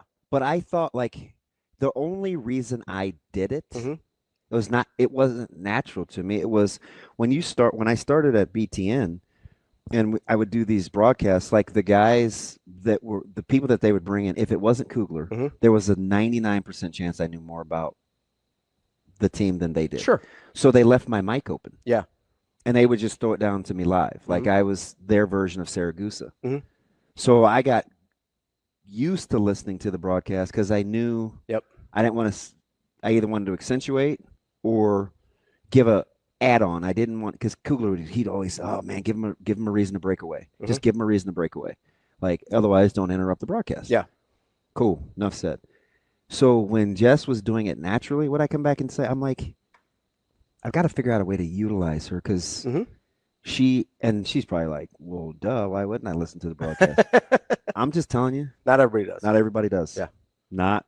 Some people are just looking for their moment to try and make their part of the broadcast, especially because a lot of people, I don't know what, like in your situation when you were with BTN, like a lot of people, that's not their career aspiration is to be on the sideline. It's to be, it wasn't. Right? It's to be the color guy. I prefer Bird. Whatever, right? Yeah. And so you're trying, a lot of people are like, well, let me just make it undeniable that I should be in the booth instead of down here. And you know what happened? Yeah. From the sideline analyst, it's like, all right, let's not try to find the biggest name to be in the booth. Let's this guy's get the right guy. This guy's pretty all right. Let's get the guy that's good, right? Yeah, so that was kind of the first thing that drew me to the collaborative effort. Mm-hmm. And then I'm thinking about, weirdly, I think about private equity way too much. It's just a thing that lives in my head a lot. You were the big private equity guy to bail out schools for NIL. No, anyway, keep going. I was the big, like, don't do that. You're going to lose your athletic department. But it's also what you're talking about is the exact. That too. Yeah. Thank you for correctly Clarifying. characterizing my argument there. It's like the Rust thing all over again. But it's like. Do I need to go back to the Jurassic Park example? You made it personal. Oh, listen. You know I get out of line. That's part of who I am. A lot of it, though, is you're talking about whether it's being worried about the whole versus the individual parts, right? A lot of people take a private equity mindset where it's like, hey, if I can get value out of individual parts, then I don't care about the whole anymore. Mm-hmm. And at the cost of the whole a lot of times. Like, oh, I can get value at this part of the company and I can get value at this part of the company. I'm going to strip it off for parts. I'm going to make a profit, but I have killed the thing that I bought. Right? Even when we were brainstorming, mm-hmm. we were playing to each other's strengths. I was like, oh, he'll probably do that because he's comfortable mm-hmm. around Jess, or she's disarming, or he can do this, and then we can do this with these were not my ideas, by the way. These were ideas that were being floated around mm-hmm. real time, which is why I was texting Coach Rule. Mm-hmm. Right? I'm just like, oh, it doesn't do us really any good to be hypothesizing about this if it's not something he's actually gonna be willing. And the first thing he said, well, yeah, I mean, if that's what Jess wants to do, that's fine. I was like, really? Like, is that what we're doing? That's what we're on. That's what today. We're doing. But it was just, yeah, it was a microcosm. And then to hear Coach Rule just expand with the radio network about the partnership and how to next level it mm-hmm. from a financial standpoint. Yeah. Did it turn into like a mini brain session, a mini brainstorming session? It was incredible. And that's why Kyle was like, you can just tell how Coach Rule thinks. He's constantly thinking about what's next. Yeah. Right? How does this fit into the process? How can we fit with what we see as cutting edge that other schools are trying to do, so we're not on the outside looking in? So you know what's funny about, so Kyle was talking about that. He's like, you know, you've got guys that are getting out of it and becoming coordinators and stuff. And you've seen that, he said to the NFL, you've seen it, guys just take college. I mean, Dan Holgerson, there's one on our staff right now, right? Where he's like, I don't know if I want to do this, but I really like calling plays, right? And let me just get back to what I'm good at. And I guess I'll just make low seven figures instead of high seven figures. And I'll probably be able to get by on that, you know? But it's kind of funny though. I genuinely think, and I don't know if Coach Rule would put it in these terms, and maybe we can get him on this summer and ask him about it, but there's a part of me that thinks he enjoys this even more now. Because I think he looks at the landscape and he goes, oh, there's a lot of stuff. He wants it to be about survival of the fittest, so advantage him. Yes. Yeah. He's like, there's a lot of stuff that everybody else doesn't understand yet. That means I've got opportunities. Yeah. That's, I mean, and we could ask him, but I'm going to guess you're right. Like, the more chaos there is, the more uncertainty there is. He's like, okay, I know I can thrive here. I'll take my chances on me. He said it at Big Ten Media Days. Yeah. Those that work the hardest and the smartest they'll survive the chaos. Yep. Right? Yep. So I think he actually looks at the landscape of college football and he's like, yeah, muddy that thing up. Let's go. He's like, you know what? Because I trust me. And I know not everybody else operates like I do. It's weird that I would gravitate towards somebody like that, right? Because why did I tell you Caleb ultimately liked Nebraska outside of the relationships, even post-Coop leaving? If it's about survival of the fittest, I'll bet on me. That plays to my strengths. Yeah. While everybody else is falling by the wayside.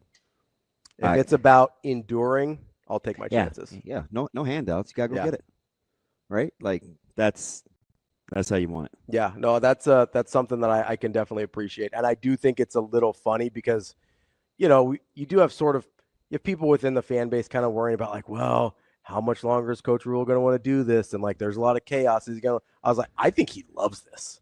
I think he sits back and goes, all right, now I can eat. Yeah, and he's so stinking competitive too. Like, I think he's just dead set to return Nebraska to national relevance. Yeah. Right. Without, this is independent of bringing steer into the weight room or boom boxes or anything else. It's just he understands what he's dealing with, and I think he wants to just tell him what the rules are, and he'll play any game you want to. And if you don't tell me what the rules are, I'll do it my way until you do. Until you tell us not to. You know, that's the I think that's fascinating. That kind of little bit there about Coach Rule versus what some of the other coaches have done here, and then that thing about Ben McLaughlin that Kyle talked about. Like, those are the two things I think are going to stick with me. The real-time self-awareness? Yeah, like his real-time empathy for Ben in that moment, understanding, hey, this is coming off a certain way, but if I kind of parse through it a little bit. And he was so cool with it. Yeah. Like, if I parse through it a little bit, not only do I understand, because it started like, oh, if I really listen to what he's saying, like, he's got my back, right? But then he even went, what really got me is he went the step further of, well, okay, he's got my back. It's coming off a little aggressive maybe or a little harsh. Why is it coming off that way? And then he got to the point and he goes, oh, I know that Greg and Ben were best friends. Yeah. I know that this has been harder on him than anybody else. I know he's been in the baseball booth without his best friend for the past few months. Yeah. Like, he went from, oh, he's got my back. Maybe his presentation just isn't as pretty as I'd like it to be or whatever. He went past that to be like, well, I've heard good things about this guy. I've heard about who he is as a person and that he's a good guy and all this kind of stuff. So why is the... Yeah, just to kind of see Ben's heart. Like, it took me a little bit to think to myself, you know, B-Mac may say something to me like, why did you buy AirPods that you don't know how to set up? Or I don't know why this alarm is acting like this on your phone. Like, you're the only ding dong I know with Android. Like, he'll say these kinds of things. Yeah. I think so. Yeah. And he'll whatever the problem is, like, he can fix it and he'll give it back to me. And 5 minutes later, he'll say, hey, are you good? Is everything working okay? Yeah. I was like, hey, man, yeah, I appreciate that. You know, I could lose something on my computer. Hey, I can't. It's locked. I can't find. And now he's going to let me have it real time. Yeah. Like, but it's cool because I know he actually wants what's best for me. Right. He's just going to give you a couple jabs on the way. Yeah. So, and for him to pick up on that, like his perspective while he's going through that, I thought was, and even I didn't know that real time. Yeah. Because I'm not gonna lie, I looked at Jess and I kind of sunk. I was like, oh no. You thought you were gonna scare him off. I was a little concerned. And listen, you've told me, I'm you know what I mean? But like I was a little concerned. You've told me some of the stories about how some of the interviews went, and you're like, yeah, Ben's kind of coming in hot and whatever, and I know basically all the things that Kyle has talked about there, and I didn't put those things together. Yeah.